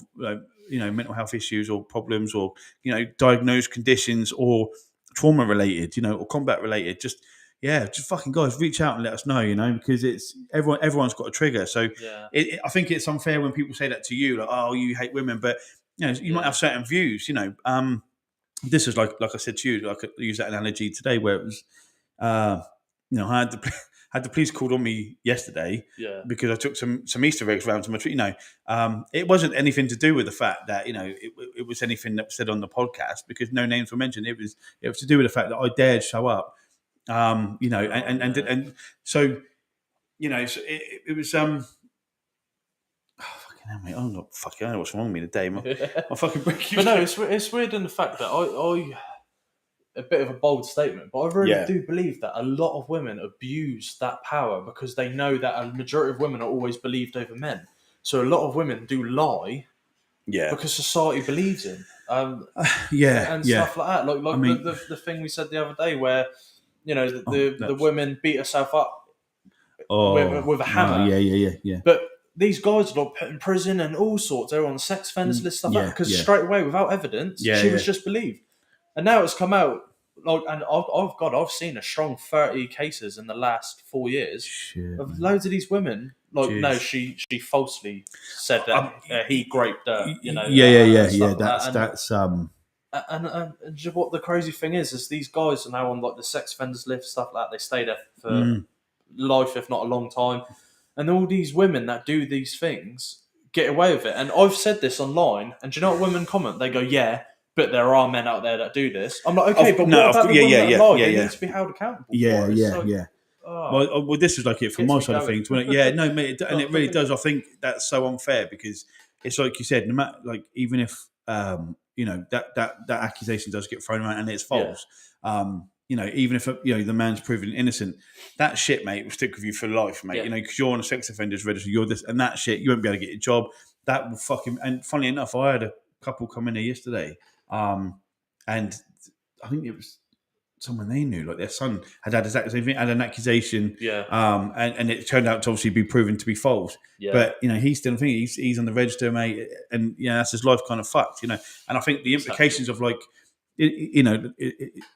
with my situations, with the whole sort of like mediation thing, it's like, well, one, I shouldn't have to fucking go through mediation because I've been there for my kids my whole life, and I don't want I shouldn't have to pay to see them. And two, I've had mates that spent thousands on mediation, and if the mother doesn't turn up, or the parent of the kids doesn't turn up, they don't get charged for it. They're not liable for the cost. So that person has to then incur, and you're talking £100 upwards per time. And I just think it was like if I was a deadbeat, or like if you're a deadbeat dad, or if I was a deadbeat dad, for instance, and and I was never there or anything like that, I'd either missed a payment or missed anything to do with never missed a school play, anything like that. Then I will understand it. If I cheated on, and the relationship ended that way, I'll understand it. If it was ever violence that ended, I'd understand it. But it's for it to end, like for two people to sit in and go, well, okay. Yeah, okay. This we're done now. It needs, and to end it that way, I find it very weird that, just on her say so, or that person say so. Yeah, or I can, you can now manipulate my children, and then boom, I don't have a relationship, and it's so weird. So, I do get people say, oh well, maybe in 5, when they're old enough, they'll understand. Yeah, but for me, I don't want to have to wait that long. Do you know what I mean? So no, you shouldn't have to even. The funny thing is, as well, is like, it seems like I am calling that women, but I've got to say these things because I know there's so many guys out there that are scared to speak up because of how women are going to treat them because of it, and because they think they're going to be called haters. But do what I do, give a fuck. I don't. Like, No. But this is the thing. Like, those are the comments I've had as well. So many times, like, I get men comment going, "It's glad to hear you guys talking about this. It does happen to both genders, 100%.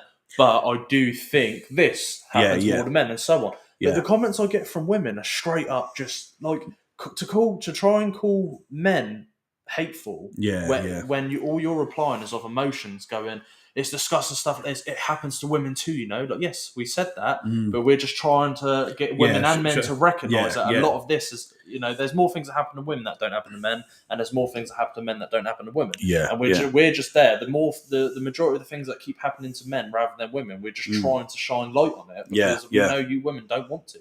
And the men are too scared to, so we're doing that, and straight away the women are just on the attack. Going, no, you were just toxic and stuff like that, and instead of recognising what certain things I've said, we've said, and so on, and going, oh, I can understand why you'd say that, but it does happen to women as well. But I understand what you mean. None of them are saying that straight away. They're just hateful, going, you hate women, defending stuff like that. It happens to us women as well. Yes, we know, but I'm sorry, ladies. It's not all about you. I know. Some of you kind of sit there with the light bulb in the holder, and the world revolves instead of you screwing it in. But I'm sorry, that's just not what happens in life. Again, I remember I was watching that 24 Hours in Police Custody, and again, like you said about domestic abuse and stuff like that. And there was a guy on there, and he was being beat up by his missus, and bless him, he was an alcoholic. And the police found him, and she smacked him over the head with something, and he was like half dead in the bloody front garden. So they took him in the hospital, and even like you said, he was so scared of her, pressing charges or anything like that.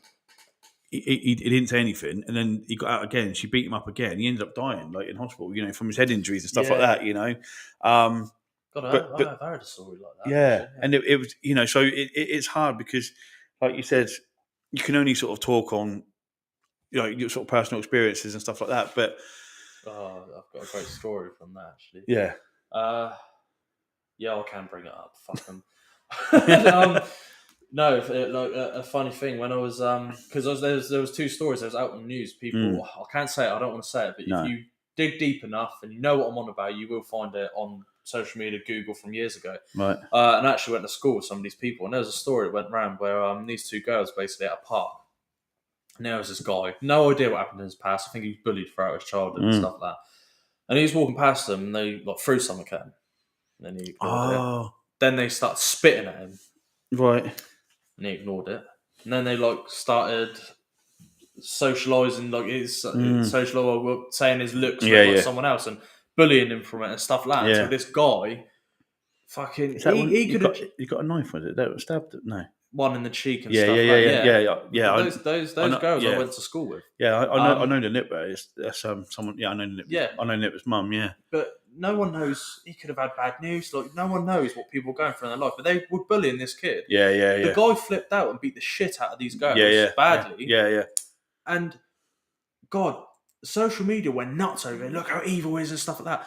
Yeah, I don't see it that way. Everyone, because we're living in a society now where women want equal everything. So that was it. That's an equal fight to me. Like, there was actually 3 ladies. There was 3 against 1. Yeah. Unfortunately, majority of men are stronger than women. He beat up all of them. He was only a nip though, wasn't he? He was young. Yeah.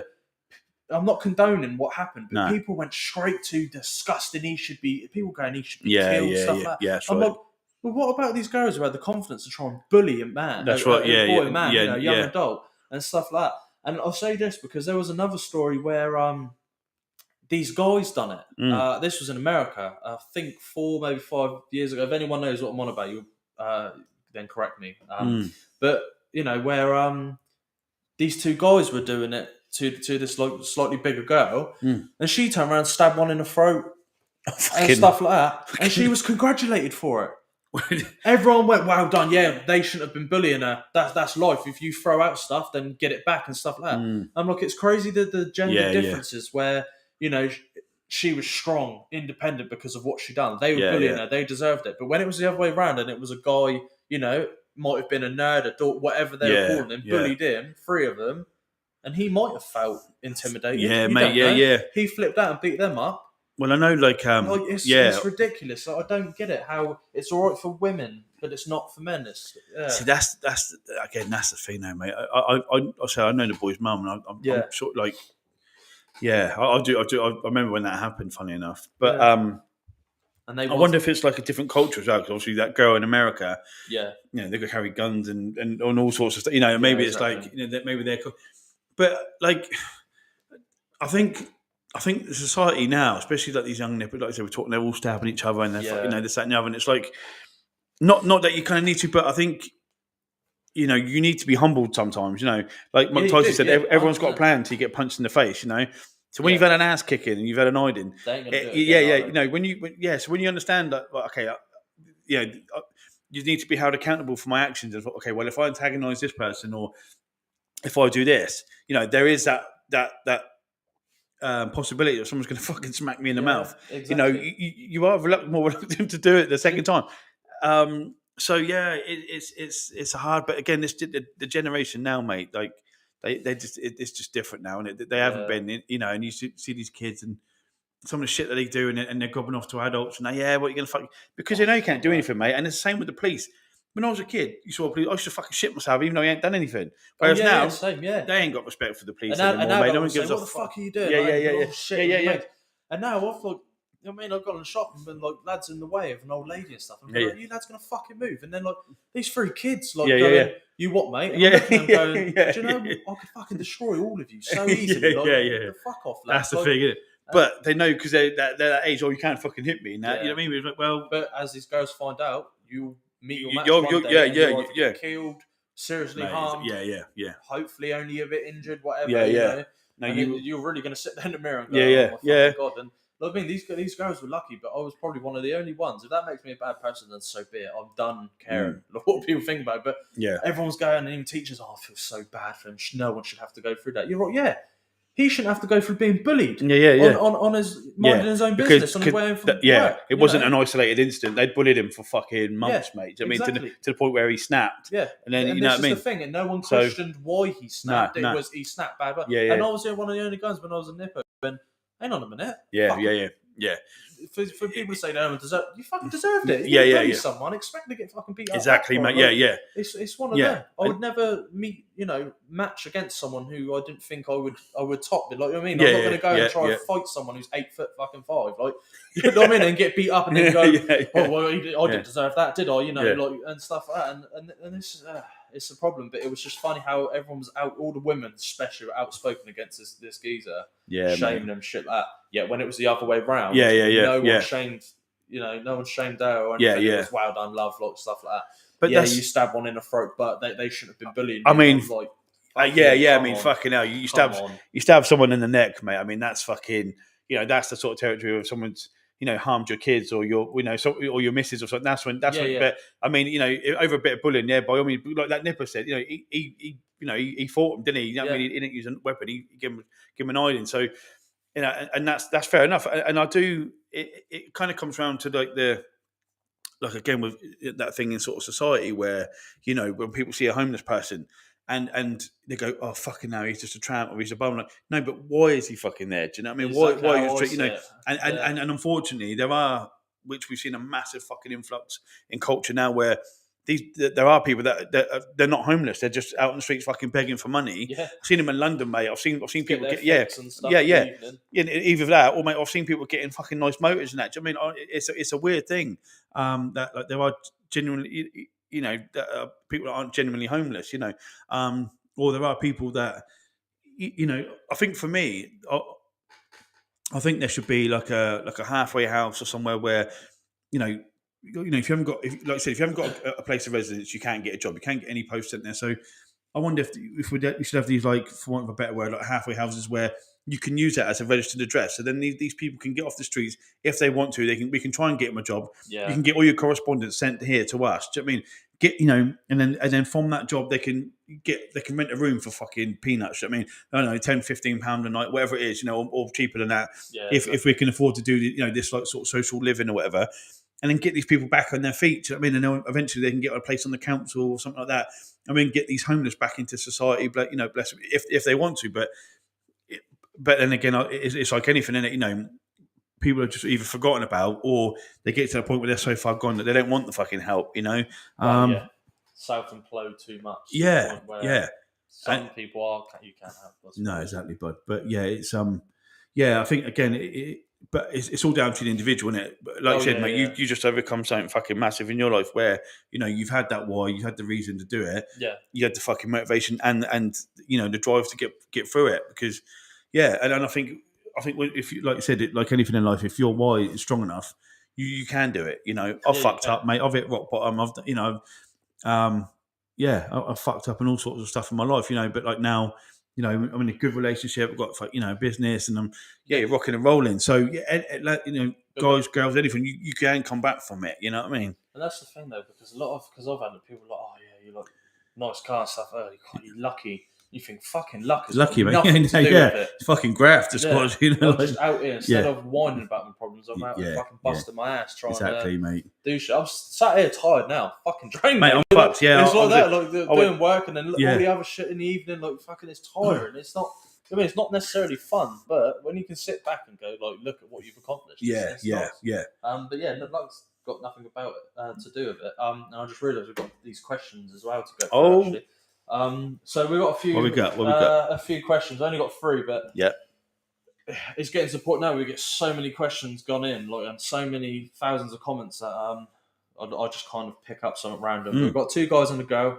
Keep it fair, and next one we'll do more girls. Whatever. But the first one's from Lukey Boy.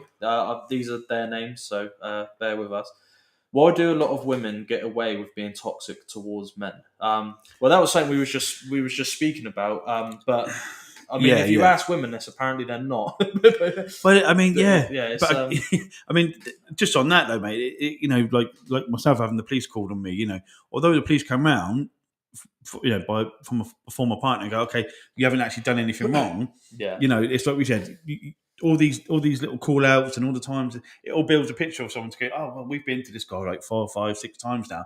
And although when they come around, I can completely, disprove everything that's been said, through video evidence, stuff like that. And but it's just like, but again, that all paints that picture of that person, and again, that's a toxic trait because, and it's like anything. It's just like, a woman can, and again, we know it goes both ways, but, a woman can, like from my instance, spread enough shit about me, and now, there's people that I used to know and the friends of mine wouldn't give me a second look in the street now, you know what I mean? But they've never asked me, Joycey, what happened, mate? Or Carl, what happened? It's always like they believe, unfortunately, and like you said, you probably noticed.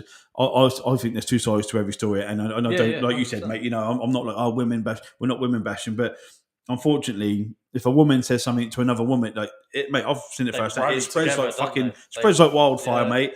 And then that's it. And no matter what I do, or a man does, unfortunately, you're marked for, and that's it. Your cards are marked, sort of thing. So, you've got a black spot. And that's a massive fucking toxic trait, like you just said. Then, But that's the thing as well. Like something I've noticed, and like I said, I'll probably get shit for this, but I don't care. That is a toxic trait of women, and I see it. They're going to. This is what winds me up. Not all women. Yes, but the majority of you ladies do. And it's great. Actually, it's great. Like they rally together. They really fucking get a big following behind them, don't they?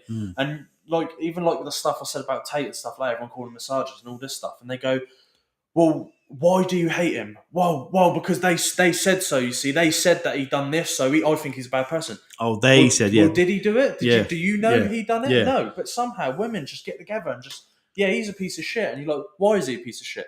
Well, because so-and-so went out with him and knew him. She said so. So what? So you just believe everything she said? Like, I know the majority of men sit there and go, look, it might be bad. If you think it's bad, that's fine. You're entitled to your opinion. But I even see, like, sometimes videos of a guy lashes out and beats the fuck out of a woman, like, even if it's just a punch. I'm like, oh, God, that looks horrible. But then I sit there and think, I wonder why he done that. I wonder... But I mean, ladies don't see it like that, do they? That's a fair. I heard sort of Dave Chappelle mention something like that. He goes, whether he goes for want of a better word, but they call me a victim blamer. He goes, when and it's not so much that he's sort of disagrees with what happened. But there are, isn't it? It's like I've saying women needs to call out other women on this. That Oh, mate, 100%. Yeah, and that's a unfortunately, but it's like you said, when you've had things go up, and I've had it, and there's never a woman, in a group who's turned around and gone, but do you think it's unfair keeping him? You know what I mean? Like, people don't know that sort of dad I am. And I remember when, again years ago, we used to, in the previous relationship, and it'd be all over Facebook, and you guys, and I was out in the Middle East, and you're sending like mushy like Facebook comment, Facebook posts and stuff like that, and statuses and stuff, and then all of a sudden, because now that woman says that one thing, it's just like, oh man, I can't believe that, and it's like, well, you've known me all my life. I haven't changed. It's just like, I didn't cause this, because and a child doesn't just turn around out of nowhere and go, do you know what? I think I hate my dad now. Do you know what I mean? Like, because and when I've asked this question and I've put it forward, it's like, why are you acting like that? I don't know. Because it's just a game, because they're a product of their environment. No child can sit there and think, do you know what? I think my mum's maybe lying to me, but I spoke to. Sorry, go on. I was going to say, because like we had a comment in, we're going, kids can make up their own minds. They can. They can't. Their minds are made up by those around them. When you get to a certain age, the early teens or something like that, and they've got a bit more, but until they don't, because it was I was raised on it. Oh, your dad's a cunt. Your dad's this. Your dad's that. Yeah. And then it wasn't till you kind of like, I'm old enough and I was mature enough to look at it. Well, my dad was, like I said, he was 13 when he moved up the road, and we had them sort of 3 years together, and then he died. From alcohol. No, he was alcoholic and stuff like that. But and it was like, actually, no, he's a really fucking funny. He used to fucking crack me up, mate. He was a funny bloke. Do you know what I mean? Shit, dad, but he was a fucking, But again, it's like, and I've seen so many times, and again, it goes. I know we completely know it goes both ways, but unfortunately, every case I know of, it's where the mum's got the kids, and then and your dad's this, your dad's that, your dad's this, your dad, and the kid's not going to go, well, maybe it's not. There are children there, so manipulate, like moldable, and they don't. You're not going to turn around and think, I'm going to question everything my mum says. Do you know what I mean? When you're a young kid, you'd never think like that. So, but it's even been a thing, like when I've like going to that question. Like, sorry, mate. Kind of like get away with it being men, because like when certain things have been posted like on some newspaper on Facebook and stuff like that, I've commented. You've probably even seen it. I've commented on that. I'm like, man lashes out and hits women back, and I go, oh my god, I wonder why he did that. And women are like, how dare you? It doesn't matter. A man should never hit a woman. Shit like that. And where my morals, yes, I would never physically lay my hands on a woman. But still, it's like, but why shouldn't they? Did she hit him? And they're like, doesn't matter if she hit him. I'm like, fucking absolutely, of course it does. And the thing is now, with all the kind of movements we're going through with, this goes with trans and the women's rights activists and stuff like that, mainly, which obviously is bigger in America than here. The thing is, they're wanting all this equality and stuff like that. I'm sorry, but this is going to be one of the equal things you got, where if you hit a man, and I'm seeing it now all the time, these videos that are being posted, men are just not standing for it now. They're really not, and they're lashing back, and these women are getting knocked out left, right, and centre. And like, you shouldn't have, I'd never harm a woman, because it's just morally incorrect to me, but also it'd be too easy. Like it's well, that's But the thing is, but again, it's kind of like the whole sort of feminine. Like when women are like, "Oh, we want to be held equal," and like, can you imagine if your missus was like sort of Shevchenko or someone like one of the girls, or or like I know some girls that are UFC fighters, and MMA. They will fuck you up, mate. Like, will knock your fucking dick. Like, and it's just like, do you know what I mean? So it's like, I know, I suppose autonomically and over physically proven that men can are in most cases stronger than a female, or in most cases, I mean physically by nature a man's more durable. But mate, it annoys me because I said I know some female like, mate, they will fucking knock your spark out, so it's not that men think women are inferior, or men because. Exactly. Or when sort of women do think that way, wow, a man shouldn't hit a woman. Like, mate, I totally agree. Yeah. But at the same time, like, not all women are created equal as men. No. Like I said, I know some women that'll fuck you up, mate. You know what I mean? If you tried that shit with them, But that's the thing, and it's strange. Don't think it's strange though, like in society where, because I've been hit by women. Oh, mate, 3-4 occasions, and stuff like that, where they do it fully knowing they'll have no backlash. Yeah, there'd be no and I've seen videos like I saw a video not that long ago, a couple months ago, on a resort, and this matey, like, he's quite a big guy, you know, he was a big guy, physically strong, capable guy, and he gets out of this pool, and I'm going to guess was his missus at the time. I don't know what he'd done. I would have thought, you know, because this is how men think, that he'd probably done something bad for her to lash out like this. But then I've seen women lash out on very ridiculous things. So whatever. And she gets out, starts hitting him. And I mean, she's like grabbing his arm and he's pulling away and she's laying into him, you know, pound after pound, slapping him, stuff like that. She must have got about 30, 40 hits in before then he turned around and he just grabbed her and he headbutted her. He headbutted her and she, like a bag of potatoes, she just crumbled, fell straight to the ground. And all these onlookers and bystanders had watched her hit him 30, 40 times. As soon as he headbutted her, the amount of guys that ran over and started swinging for him, and I was like, are you fucking kidding? Like, yes. Yeah. I would have just ran away from that situation. Pushed her away and ran away from that situation. Yeah. But I'm sorry, I suppose when you're trying to run away and someone's in your face and, you know, you're moving side to side like that, and I'm looking from the video, I don't know if I can show it. I'll have to see if I can get this video up, and I'll do a video on it. And he had no escapes. He cracked the one, got her out of the way, and oh my god, even the amount of guys that got straight up, start swinging for him, and I'm like, how is that fair? He's stronger and stuff like that. He took 40 hits before he actually retaliated back. Like, it's. I mean, that's the thing. Like you said, you know, personally, you'd like, you know, move them away physically from the, you know, and go away. You know what I mean? Like, as soon as the first couple of whacks, you'd be like, leave me alone. And remove yourself from the situation. I think, I mean, stick the nut on her is a bit. It's a bit. It's not what I would. It's a bit extreme, done, but you just, when the red mist comes down, I'm sorry, but like you said, you know, assault is assault. Do you know what I mean? It's not fair for, you know, a woman to assault a man and not expect, you know, any sort of repercussions. It's like, all right, I mean, headbutt is a bit extreme, but like you said, it's not fair because, you know, the law's a law, you know, and unfortunately, look, I had yesterday, you know, had I phoned up and said, well, I don't like what someone said about me, can you send the police round? They wouldn't have fucking come round, but you know, because, you know. Yeah, no, Stop being a fucking really, you know. Whereas, but because it's the other way around, I then get two male officers come round my door, you know, and so it was a different situation, but it's I'll come to grips that it's just how it is. Women kind of can be toxic to men and never get called out for it. I mean, now luckily, men saviors. There are women, even though we're not liking her too much, but like just Pearly Things and stuff like that, and many other women that are doing podcasts are calling out women for this stuff.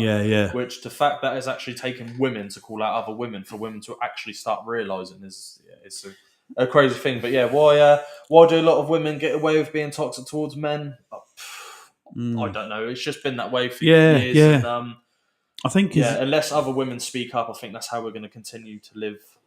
Yeah, unfortunately, mate, like you said, I don't think that's ever really going to be a thing, you know. But again, I mean, there are some women that, like you said, you know, they won't stand for it, and there are genuine, like my partner, your partner. Do you know what I mean? You know, I'd love to get on the show because it's like I said, she's seen firsthand what, you know, this shit's done to me, you know, and it's like you said, it's getting away with being toxic because the amount of shit that I've had to put up with and like slandering my name, you know, constantly fucking, you know, spreading shit about me and it's affected my business, you know, making up fake profiles, you know, in my partner's name and putting my partner and her 12-year-old autistic son's pictures on there. Do you know what I mean? 4 fucking accounts on Facebook, 3 accounts on TikTok. You know, that's a crime, but we don't report it. You know, the amount of times that I've got, you know, no one's calling her out. No one's calling her out. Like, that's acceptable. Is whereas it? I bet your friend would call you out on that. Oh yeah, exactly. Like, you know. But I'm chastised and I'm an arsehole for wanting to be in my kids' lives and that. Like, okay, that's all right then. But like I said, unfortunately, it does. They just get away with because it's, you know, 9 times out of 10. And I'm not, again, guys, I'm not casting aspersions on anyone else, but you know, unfortunately, I do know lads that don't bother with their kids, you know, and they're not there. So because that's such unfortunately, that's a more reoccurring situation than a genuine guy wanting to be there for their kids, you know. So you're sort of cast under that same premises. Or, you know, I know so many blokes that don't give a fuck. Well, you know, he's just another one of them, you know. So I'm not saying I'm a martyr, but when you've got a genuine person that just wants to be there for their kids and whatever, like, unfortunately, I don't know. You're not taking it seriously, you know. No, they don't. Yeah, That's the thing. It's crazy how, for the fact that so many women, as they keep saying, go through it. Guys going through it, they don't give a fuck. Yeah, You think they could like reconcile and kind of know and understand. Yeah, but they don't. They just wow, you're probably just a deadbeat anyway. And it's Like this is what I'm saying. My missus has reached out to my, you know, a former partner of mine who, you know, the situation is being caused by. Do you know what I mean? So a woman to a woman, and it fell on deaf ears, you know. Yet my missus is the one that has to pick up the fucking pieces when I'm fucking broken and I'm fucking crying at home. Do you know what I mean? And it's like, oh, I can't be bothered to get out of bed for fucking 2 days. Do you know what I mean? And that's what I mean. That's what strong women out there. Yeah, that's what I mean. Women, my missus is 5 foot nothing. Do you know what I mean? And she's fucking, you know, whereas her stature is fucking, you know, it's immeasurable because but her personality is large. That's what. Yeah. Like, because she's massive, you know, and the amount of shit she's had to pick me up and help me get through for no fucking reason. But that's again, it's so unnecessary. Like, I just want to be there in my children's lives. I'm sorry, that's the be all and end all of it. There's no grey area, you know. It's like we'd have to swap weekends, and then you have a little break. Mate, this is it, mate. Like because everyone needs break away from fucking right, they do, mate. Yeah, exactly. I've seen people. That's what when I go shopping. When I said to you before, parents are threaders, mate, innit? You know what I mean? But then I've been shopping before and seen like kids screaming, "I want this sweet!" And I look at the parents' face and they look at me going, "Stop me from killing." Yeah, fucking eyes twitching that because mate. I've been there, mate. You know what I mean? You got to hold it in like, I'm a good person. You know what I mean? You do fucking bit inside you like screaming, but but again, that's it, mate. So why wouldn't you want to share that fucking load? Do you know what I mean? So odd thing. But again, you know, they do get away with being, you know, that toxic because it's because it's they're believed over it. Yeah, massively, mate. It's just, it is what it is. That's what I figured out. It needs to change, but it's got a long way. Women watching, and you do call out women, then fucking well done to you because you are fucking massive respect. A rare anomaly. Rare. Right, our next one's come through from Dave TJ, I think. Dave T. Sorry, Dave T.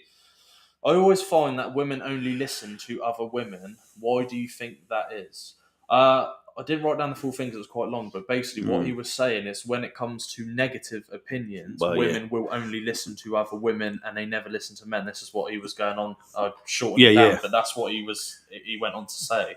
Well, again, we've just been it's kind of just what we were talking about. It's like we were saying, like, you know, women can say he's a bad guy and that's it. There are 20, 30, 100,000 women rallying behind, ready to debate and saying they don't actually have a clue what it's about. It's but that's it, mate. And like I said, I've lived it, mate. Like I said to you before, you know, these are people that I know, people that I've tattooed. You know what I mean? Most of the parents and at school and stuff all know me. Do you know what I mean? And they know what I'm like. You see me every other day picking my kids up.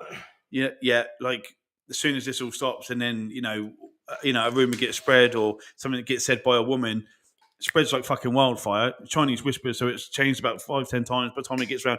And now, you know, it got to the point towards the end where I'll be stood there, and you know, it's like I had fucking leprosy. Do you know what I mean? No one even look in my direction. You know, so it's that's so fucking toxic, mate. That like a woman can do that, and everyone will believe her. Do you know what I mean? Or like again, like we said, you know, crying wolf and screaming all these other accusations, and it's like, you know, even if it's untrue, which I've lived it firsthand, guys. You know, and this is why, you know, this is where a lot of my kind of I've become thick-skinned about it over the years because you just sort of think, well, do you know what? You're fucking all irrelevant to me. You know, you don't know me on you know, you don't want to get to know me. You don't want to hear my side of the story. So go fuck yourself. Do you know what I mean? And it's hard to do because you know, for look on the flip side of that, when you see these kids and you know they're getting bullied online and stuff like that. And it's like, well, come on Facebook, fuck it. Do you know what I mean? But like, it's easier said than done. But you know, I think you know when that social media is so big in kids' lives now, stuff like that. And I mean, they're more like TikTok. You know, if they're under 15 or something, they can't have private messaging, which is good. You know, because kids are fucking ruthless sometimes. You know, and they can be, and it's nice that they're being safeguarded now. But it's just like, you know, as an adult, it's like you said. Again, I use the analogy, you know, if you're throwing off shit, some of it's going to stick. Yeah. And I've lived that, you know, like now it's just, there's so many people that, you know, used to say hello to me or they know me. And it's like because of a toxic previous relationship, and a complete shit stirrer. That now, for my name's been, dragged through the mud, and I've had to put up with slander and all sorts of shit, But the perfect thing of that, saying like, why do women always listen to other women? Because I won't say who, but like a friend of a friend basically had a younger sister, and her mum was going around going, oh yeah, these like guys are always bothering her and sexualizing her and stuff like that. I don't know why they do that. And not saying that, and all like our female friends were going, oh god, I feel like just believing, soaking up everything without questioning. Yeah. And then, we sat there one evening and had a look at this girl's social media. Oh, God, he was a minor even on TikTok, everything, dancing, doing all this shit. And I was sitting there thinking, well, hang on a minute, why the fuck is this young girl got all these social media platforms? Why are you, as a mum, letting her dance like this and stuff like that? And do you know what's funny? Every time I see a single female looking after female children, they have all these social media. They're allowed to dance, do, like sexualising kids. Oh, mate, yes. I mean, which is fucking disgusting and angers me so much beyond words. And the thing is it's only, and what I'm saying right now is a big thing towards women, but it is when I see partners, male and female together raising a girl, you don't see it because the man's there going, no, fucking mate, because there's dirty bastards out there. But yeah, it was one of them. Like, women was believing everything, and as a man, I was sat there thinking, "Oh my god, like you're blind to this, ladies. Like, you're letting kids."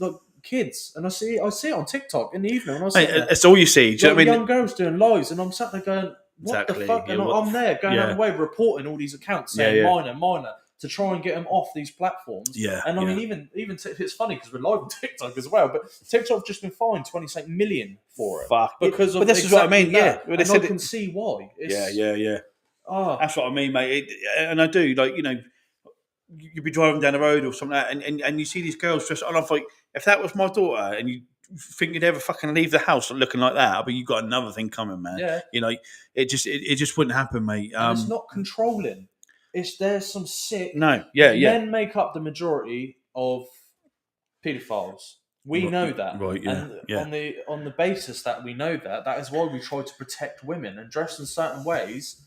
This is what I mean with like kind of accountability with women. They sit there and say, "Well, the men should just control themselves like that." Absolutely right, but there are some men out there that can, are sick fuckers, and they can. So we're helping. We say these things to try and protect you. So like when a man's saying things, maybe stop listening to these women because there are men out here that do have your best interests at heart. And mate. I mean. It is hard, isn't it? I saw it, and I do see it now. It's very much like where, like, unfortunately, my previous relationship, it was like, it's almost like trying to be more of a friend to my girls, then, so it's like, do you know what I mean? Like, rather than being a parent, do you know what I mean? It's like, oh yeah, and it's like, well, and it's just, and that's what I sort of found it. So when we were together, they had an influence of my influence in their life, and then what they're allowed to get away with, now and stuff like that. And it was just, it's worlds apart, mate. And it's just, that's the thing, because like, I see it on podcasts all the time of women only listening to other women and saying we should be allowed to wear stuff like that. So you've got the wrong information. It's not that at all. It's to try and sit there and say men need to stop it and stuff like that. But yes. Absolutely, we get that, but I'm afraid we live in a time where there are some men that don't and won't. So mate, I mean, you can stop being so. What's the word I'm looking for? Naive. Naive. Disregarding everyone's advice by just going out and wearing these mini skirts with half your ass hanging out and stuff like that. And the thing is, and any of these women then moan.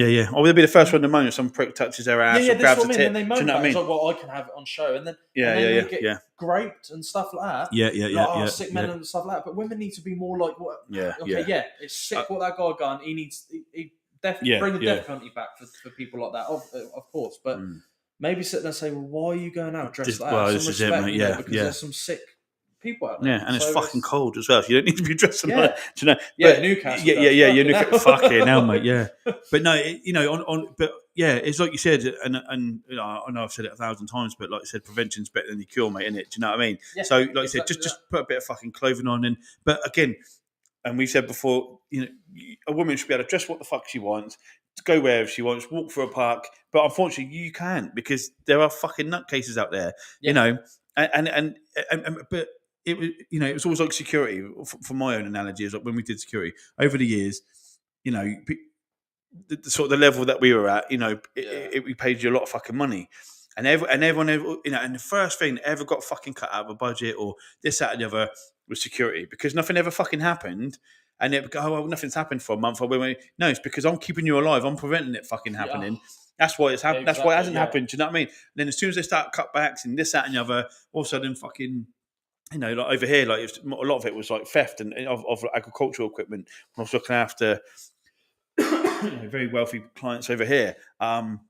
Or in the Middle East, it'd be like, well, you're on the ball, well, nothing's happened, and then as soon as you take it off, we had IEDs, fucking, yeah, and it's just like, so yeah, people always take their eye off the ball, and it's and that's, but again, I'm just using that as an analogy, but it comes back to like, well, just fucking stay in pairs, like don't go through that park, fucking box round, go and get a taxi, or do you know what I mean? Like, just think about your actions, and I still do it to this day, mate. Like, if I'm walking through somewhere at night time, I think to myself, I wouldn't walk through that fucking park. Do you know what I mean? There's no fucking way I'll do it, and I like to think, whatever. But no, there's no fucking way I'm going to walk through that park, because I know what could happen. No. Do you know what the funny thing is?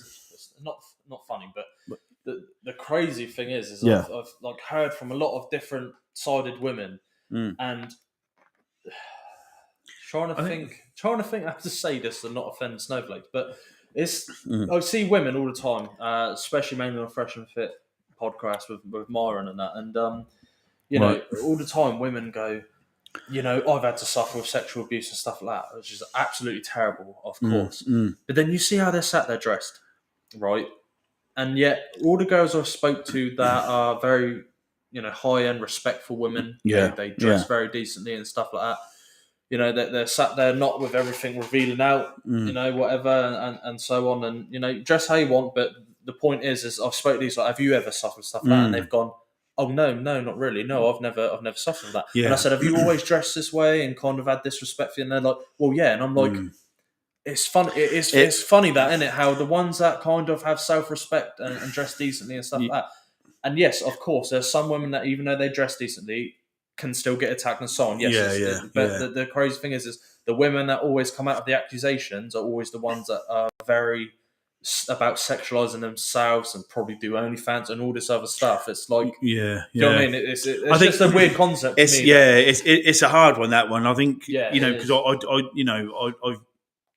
I do know someone who was like abused, by a grandparent when they were young and stuff like that, But like I said, and that was, there was through no fault of their own. Do you know what I mean? But like, it's weird, because I think when people grow up a certain way and stuff like that, or they've been that a certain situations like that happened to them, especially like by like an authority figure or someone, someone in their life that, fucking, it's the most horrific thing to happen, but it does fucking strange things to you, mate. Do you know what I mean? And like sometimes mentally, it's like, it's weird, isn't it?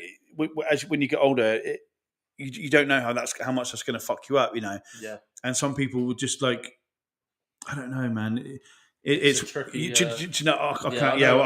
know. Yeah, like, because it fucks them up, because that's the only sort of loving figure they had in their life. Do you know what I mean? So it's almost like they associate that with love, or the norm, normality, and then they fall into these, fucking horrible situations where the prostitution, or they go into something like that because they fall into a fucking horrible spiral, mate. You know what I mean? And you associate certain things with, it's way above my fucking pay grade, but yeah, like, do you know what I mean? But but again, it's there's push and pull with everything, isn't there? Yeah, mate. Yeah, it's hard, like you said, because again, that's another thing as well. Like OnlyFans, like it's.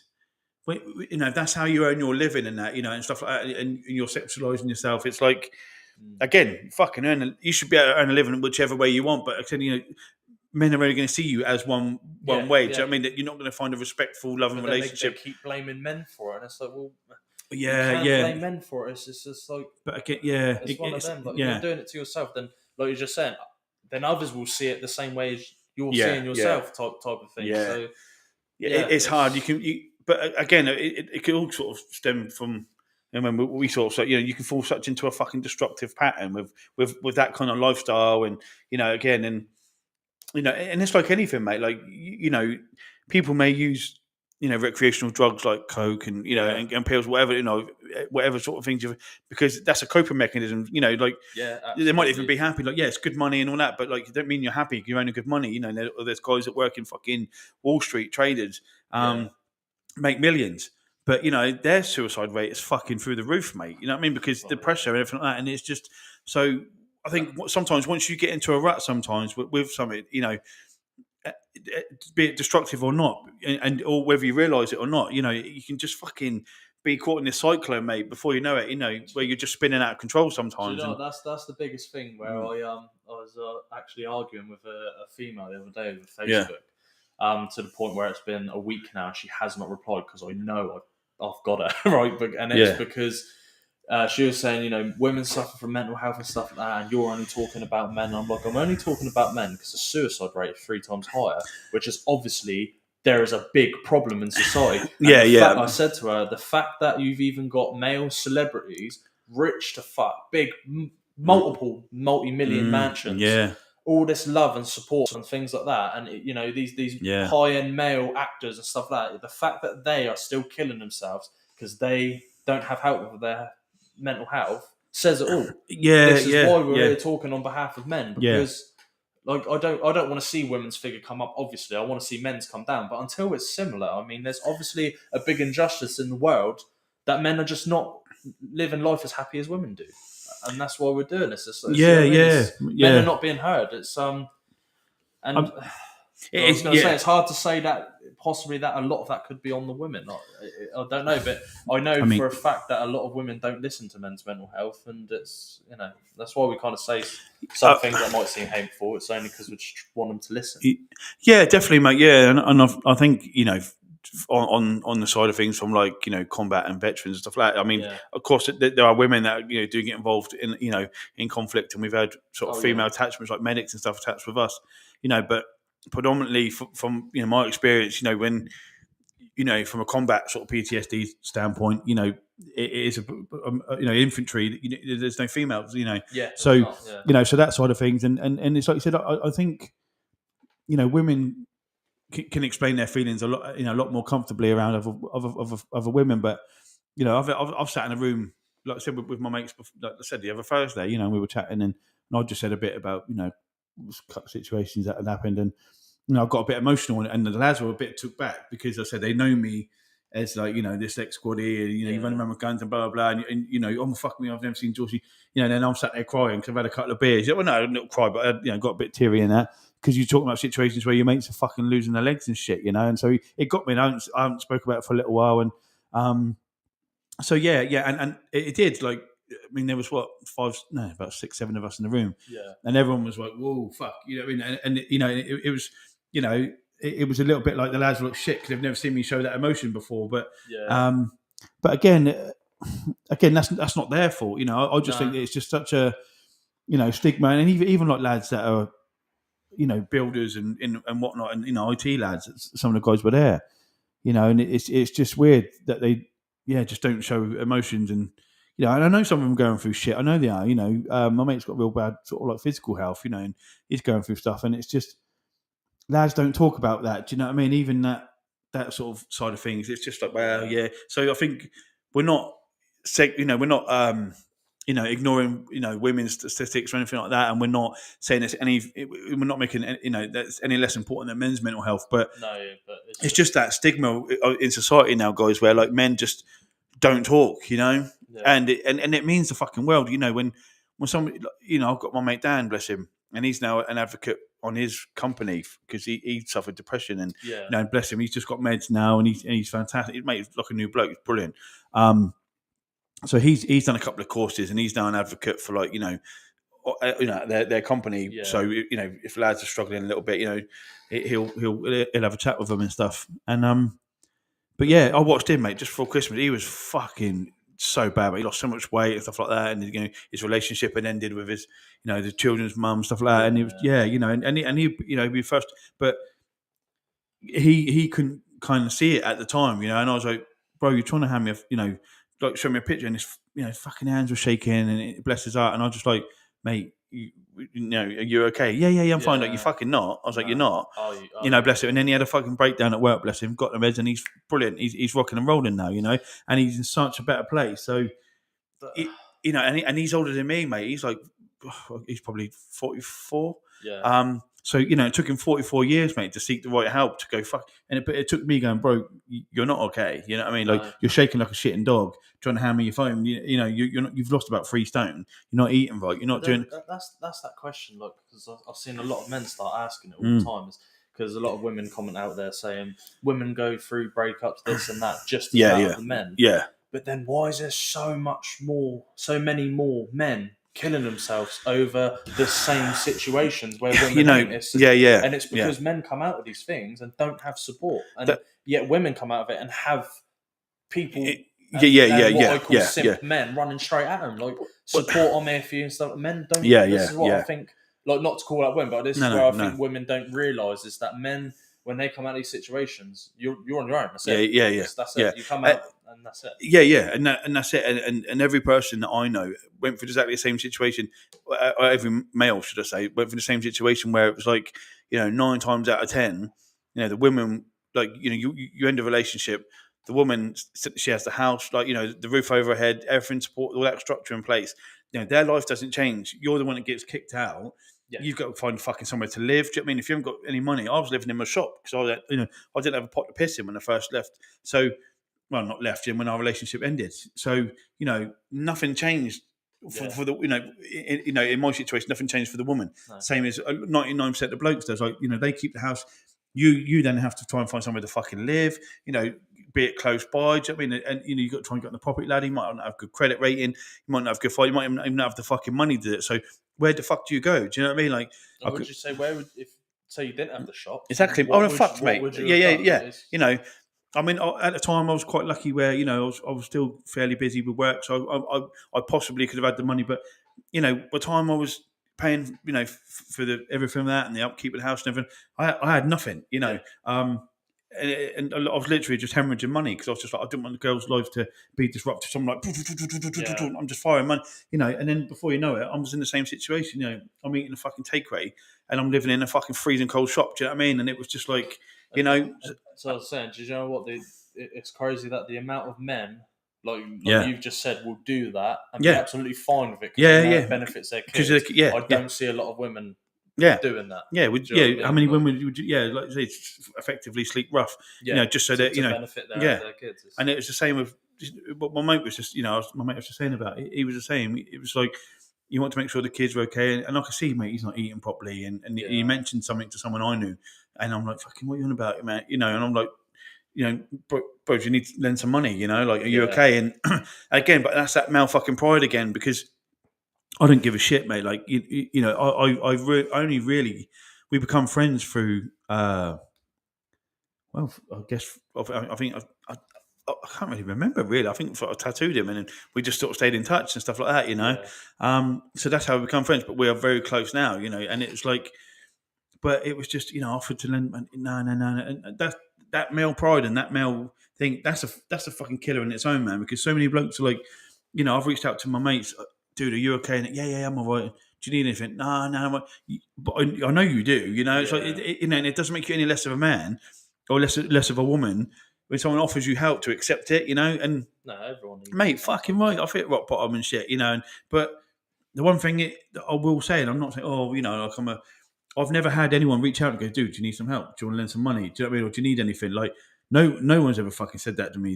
Because it's always that like, oh, George's got his shit together. He's ex-army. He's a fucking big tough lad. He plays rugby, and he's fucking what? And it's like, nah, man. Like like it's not like and it's it's just a shame because people like with that calm thing. They did a thing in London at the moment as an exhibition, and and they do a thing on their website where bless them, it's the last photo was taken, like I said before, before unfortunately they took their own lives, and every picture, mate, smiling, happy, it's always in like Chester Bennington, Chester Bennington and stuff like that. Like it's just from we went to see him like 3 weeks before he took his own life, and you just think lead singer of a rock band, and Robin Williams, you think he was the happiest guy ever, man. Just literally personified fucking happiness, and but people that knew him that worked with him on films have said he was it was the saddest person they've ever met. He was lonely, and he was so mentally from Lincoln Park and stuff like that. Yeah, Chester Bennett. Yeah, Chester. That's what I mean. Yeah, like I said, we see him 3 weeks before he passed away. He had just had twins and stuff like that. Worth millions, and so it just shows that you can have all that around you. And it just you just don't know. But then you listen to the lyrics. Fuck me, every one of them's a cry for help. See, this is the thing, because like to tie everything together with a comment. You're talking about men's mental health because you are men and have first-hand experience. And that's a perfect comment, because even like when my last mate killed himself 2 years ago now, which made the last kind of few remembrances days kind of a lot more touching to me. Yeah. And he, I can say his name. His name was Aidan. I won't say his last name. I was served with him and for a few years and stuff, and he was always like kind of I do in my friend group. He was always so happy and doing all this stuff. And then when the military started doing the 30 daily press ups and stuff, mental health awareness and stuff like that. On his last video before he took his own life, he literally says, fighting men's mental health. And in the video, he looks down and says, because I understand that, you're not alone. And I remember watching that video, and now I look back at it, I can see all the red flags looking down, how he changed, how he said that. And I was like, oh my fucking God, like that he said that as in I'm struggling, you're not alone, because I know what you think. And this is why we're here saying this now. There's been in cases where we've personally been too late for people. So now we're trying to make sure you don't make the same mistakes, because the fact that I saw that and didn't message him after eats at me still now. Of course it does, mate. Yeah. Fucking horrible. Mate, I heard the same, bud. It's just like when my mate Daz went, he was saying like, my mate come over from, I won't say where, but he just said to me, Joyce, man, you need to reach out to him, because like he's putting some fucking wild videos on social media, man. And I reached out, bud, and he come up and saw me, and then booked him in for a tattoo. I said, mate, don't worry about the money, And then mate, like fucking 2 days later, man, he was gone, And but I remember I messaged him on the morning, said, hey bro, you're late for your appointment, you're coming in, and by that point he was dead. Do you know what I mean? And it was like, it's fucking it's crazy, mate. But again, the people, it takes so much fucking bollocks to do it, but at the same time, I think it's such a fucking selfish thing, because it's like the people you leave behind, and the people are questioning, like when like my little sister went, she was like, when Kels went, it was just like, you think, well, what if you said something differently, or what if you but I think when someone makes up their mind, and it's like you said, you can put on a brave, they could be smiling and happy, but it's just when they've made up their mind, man. Like I think the one thing that people that are left behind need to take with them is like, you won't be able to stop it, mate. Like and you need to fucking get that through, man. Like there's nothing you could have said something that day, but they would have done it the day after. Do you know what I mean? Like or you could be with them every day, but you can't be with them 24/7. But and I think that once you've hit that thing, you've hit that that low, or that you're in that position. That's it. I just think so. Yeah, I think that's one thing we need to take from it is like, regardless of what you said, man, you couldn't have changed it. No, because that's the thing. Sometimes it's just set in stone. Yeah. Regardless of what you do, it's just they're going to cross that bridge when they come to it, and it's sometimes there's nothing you can do. Yeah. But God, I think we could talk for each other. I would say I'd rather have a mate call me up at 1 a.m. and I have to sit there all night speaking to him. I'd rather have to do that every night for the rest of my life than have to wake up and go like I have done. God, like nearly 7 times now, and gone, oh yeah, he sadly overdosed. He hung himself. He done this. He done that, and I would say everyone who's left is just mortified and destroyed because of it after it. I just but yeah, it's such a thing. Yeah, because mates from both, drug overdoses and all sorts of stuff like that, and it's whether a couple I don't think were even that intentional. It's just that they got so deep into like taking the wrong shit. Yeah. But again, but that's the thing now, guys. It's like if that's where you're at now, or that's where you're heading, or it's like just fucking reach. I know there's 100 other charities out there, but if anyone's even one fucking person watching this, and you're in that situation, for fuck's sake, like if we can help you, email us, man. Do you know what I mean? Or like I said, drop us an email and we'll work it and give you my phone number. You can fucking ring up, call we'll in, man. Like, we'll personally talk to her, even if it's just for fuck's sake, or again, or even if you're just in a relationship that's toxic, or like I said, your job's shit, you don't know any other option, or anything that's causing you to feel like that, just give us a shout, guys. I mean, especially if you're. It won't help everyone, but especially if you're local to Southampton, south of England, where Mate, we're from and stuff like that. I know a lot of different employers and stuff like that. So if you are local to us, and you're miserable with what you're doing, then reach out. We can probably help you in more ways than you think. Yeah. And we'll get to this last question quick. From Sarah, female. I think we've probably touched on this, but I always see good men out here trying just to be shat on by women, and then they wonder why they turn bad. So I think we've kind of we spoke a lot on that. But I suppose the fact that a female's noticing it is obviously quite good. It's a positive thing, but I think everyone's got a breaking point, like it's like for the analogy when you're going through training, and it's like a guard dog. You can train it, but until you let off the sleeve, you don't know what's capable of. And I think when you're in a relationship, whether it's male or the female, if someone's fucking poking you and goading you guys, you know what I mean, and one day you're going to snap, and that's either hurting yourself or you hurt them. So it's. I mean, it does go both ways. Good women go bad, and bad men go. And good men go bad. It's just recognising. Yeah. In both ways. Everyone's got different levels of fucking breaking points, guys. And I think, it's just like you said, countless times, mate. It's just like just fucking communicate. Like with each other, or communicate with a friend, or if if there's any way that we can help, and you want to communicate with us and reach out to us, and that's amazing, But yeah, so no, exactly right. I was just trying to see. This thing I've written down, I think it might be on a different thing. It's a new slogan I've got to try and communicate to people, but I think I brought the wrong notebook, so just ignore me because I can't find it and I have no idea where it actually gone. Which is that one button? No. 2 secs, guys. Thing is, was that the one you showed me the other day? Find it. The real one. The real, like that. Yeah. We'll show it on the next one, but I just realised how dark it's got outside. And we're losing our light. But yeah, I mean, like you said, the FRV podcast at gmail.com. Email in if anything. If you're a female and you need help, if you've got a question about men, maybe your partner's going through something and you don't know how to help him, then email in. And then we can maybe give you advice, whatever. Or if you're a man and you don't know how to help yourself, then please email in. And like I said, how it affects. Like I say, if how it's affecting you, and if you're the partner of someone who's suffering with it, how you help. How are you coping? And exactly, because you don't need, like I said, there's no medicine in the gunfight. You know what I mean? No. If one of your muckers get shot, you need to win the firefight before you start giving medical aid. So there's no point two of you fucking going down. No. So you just how do you cope with it, guys? Or are you going through it at all?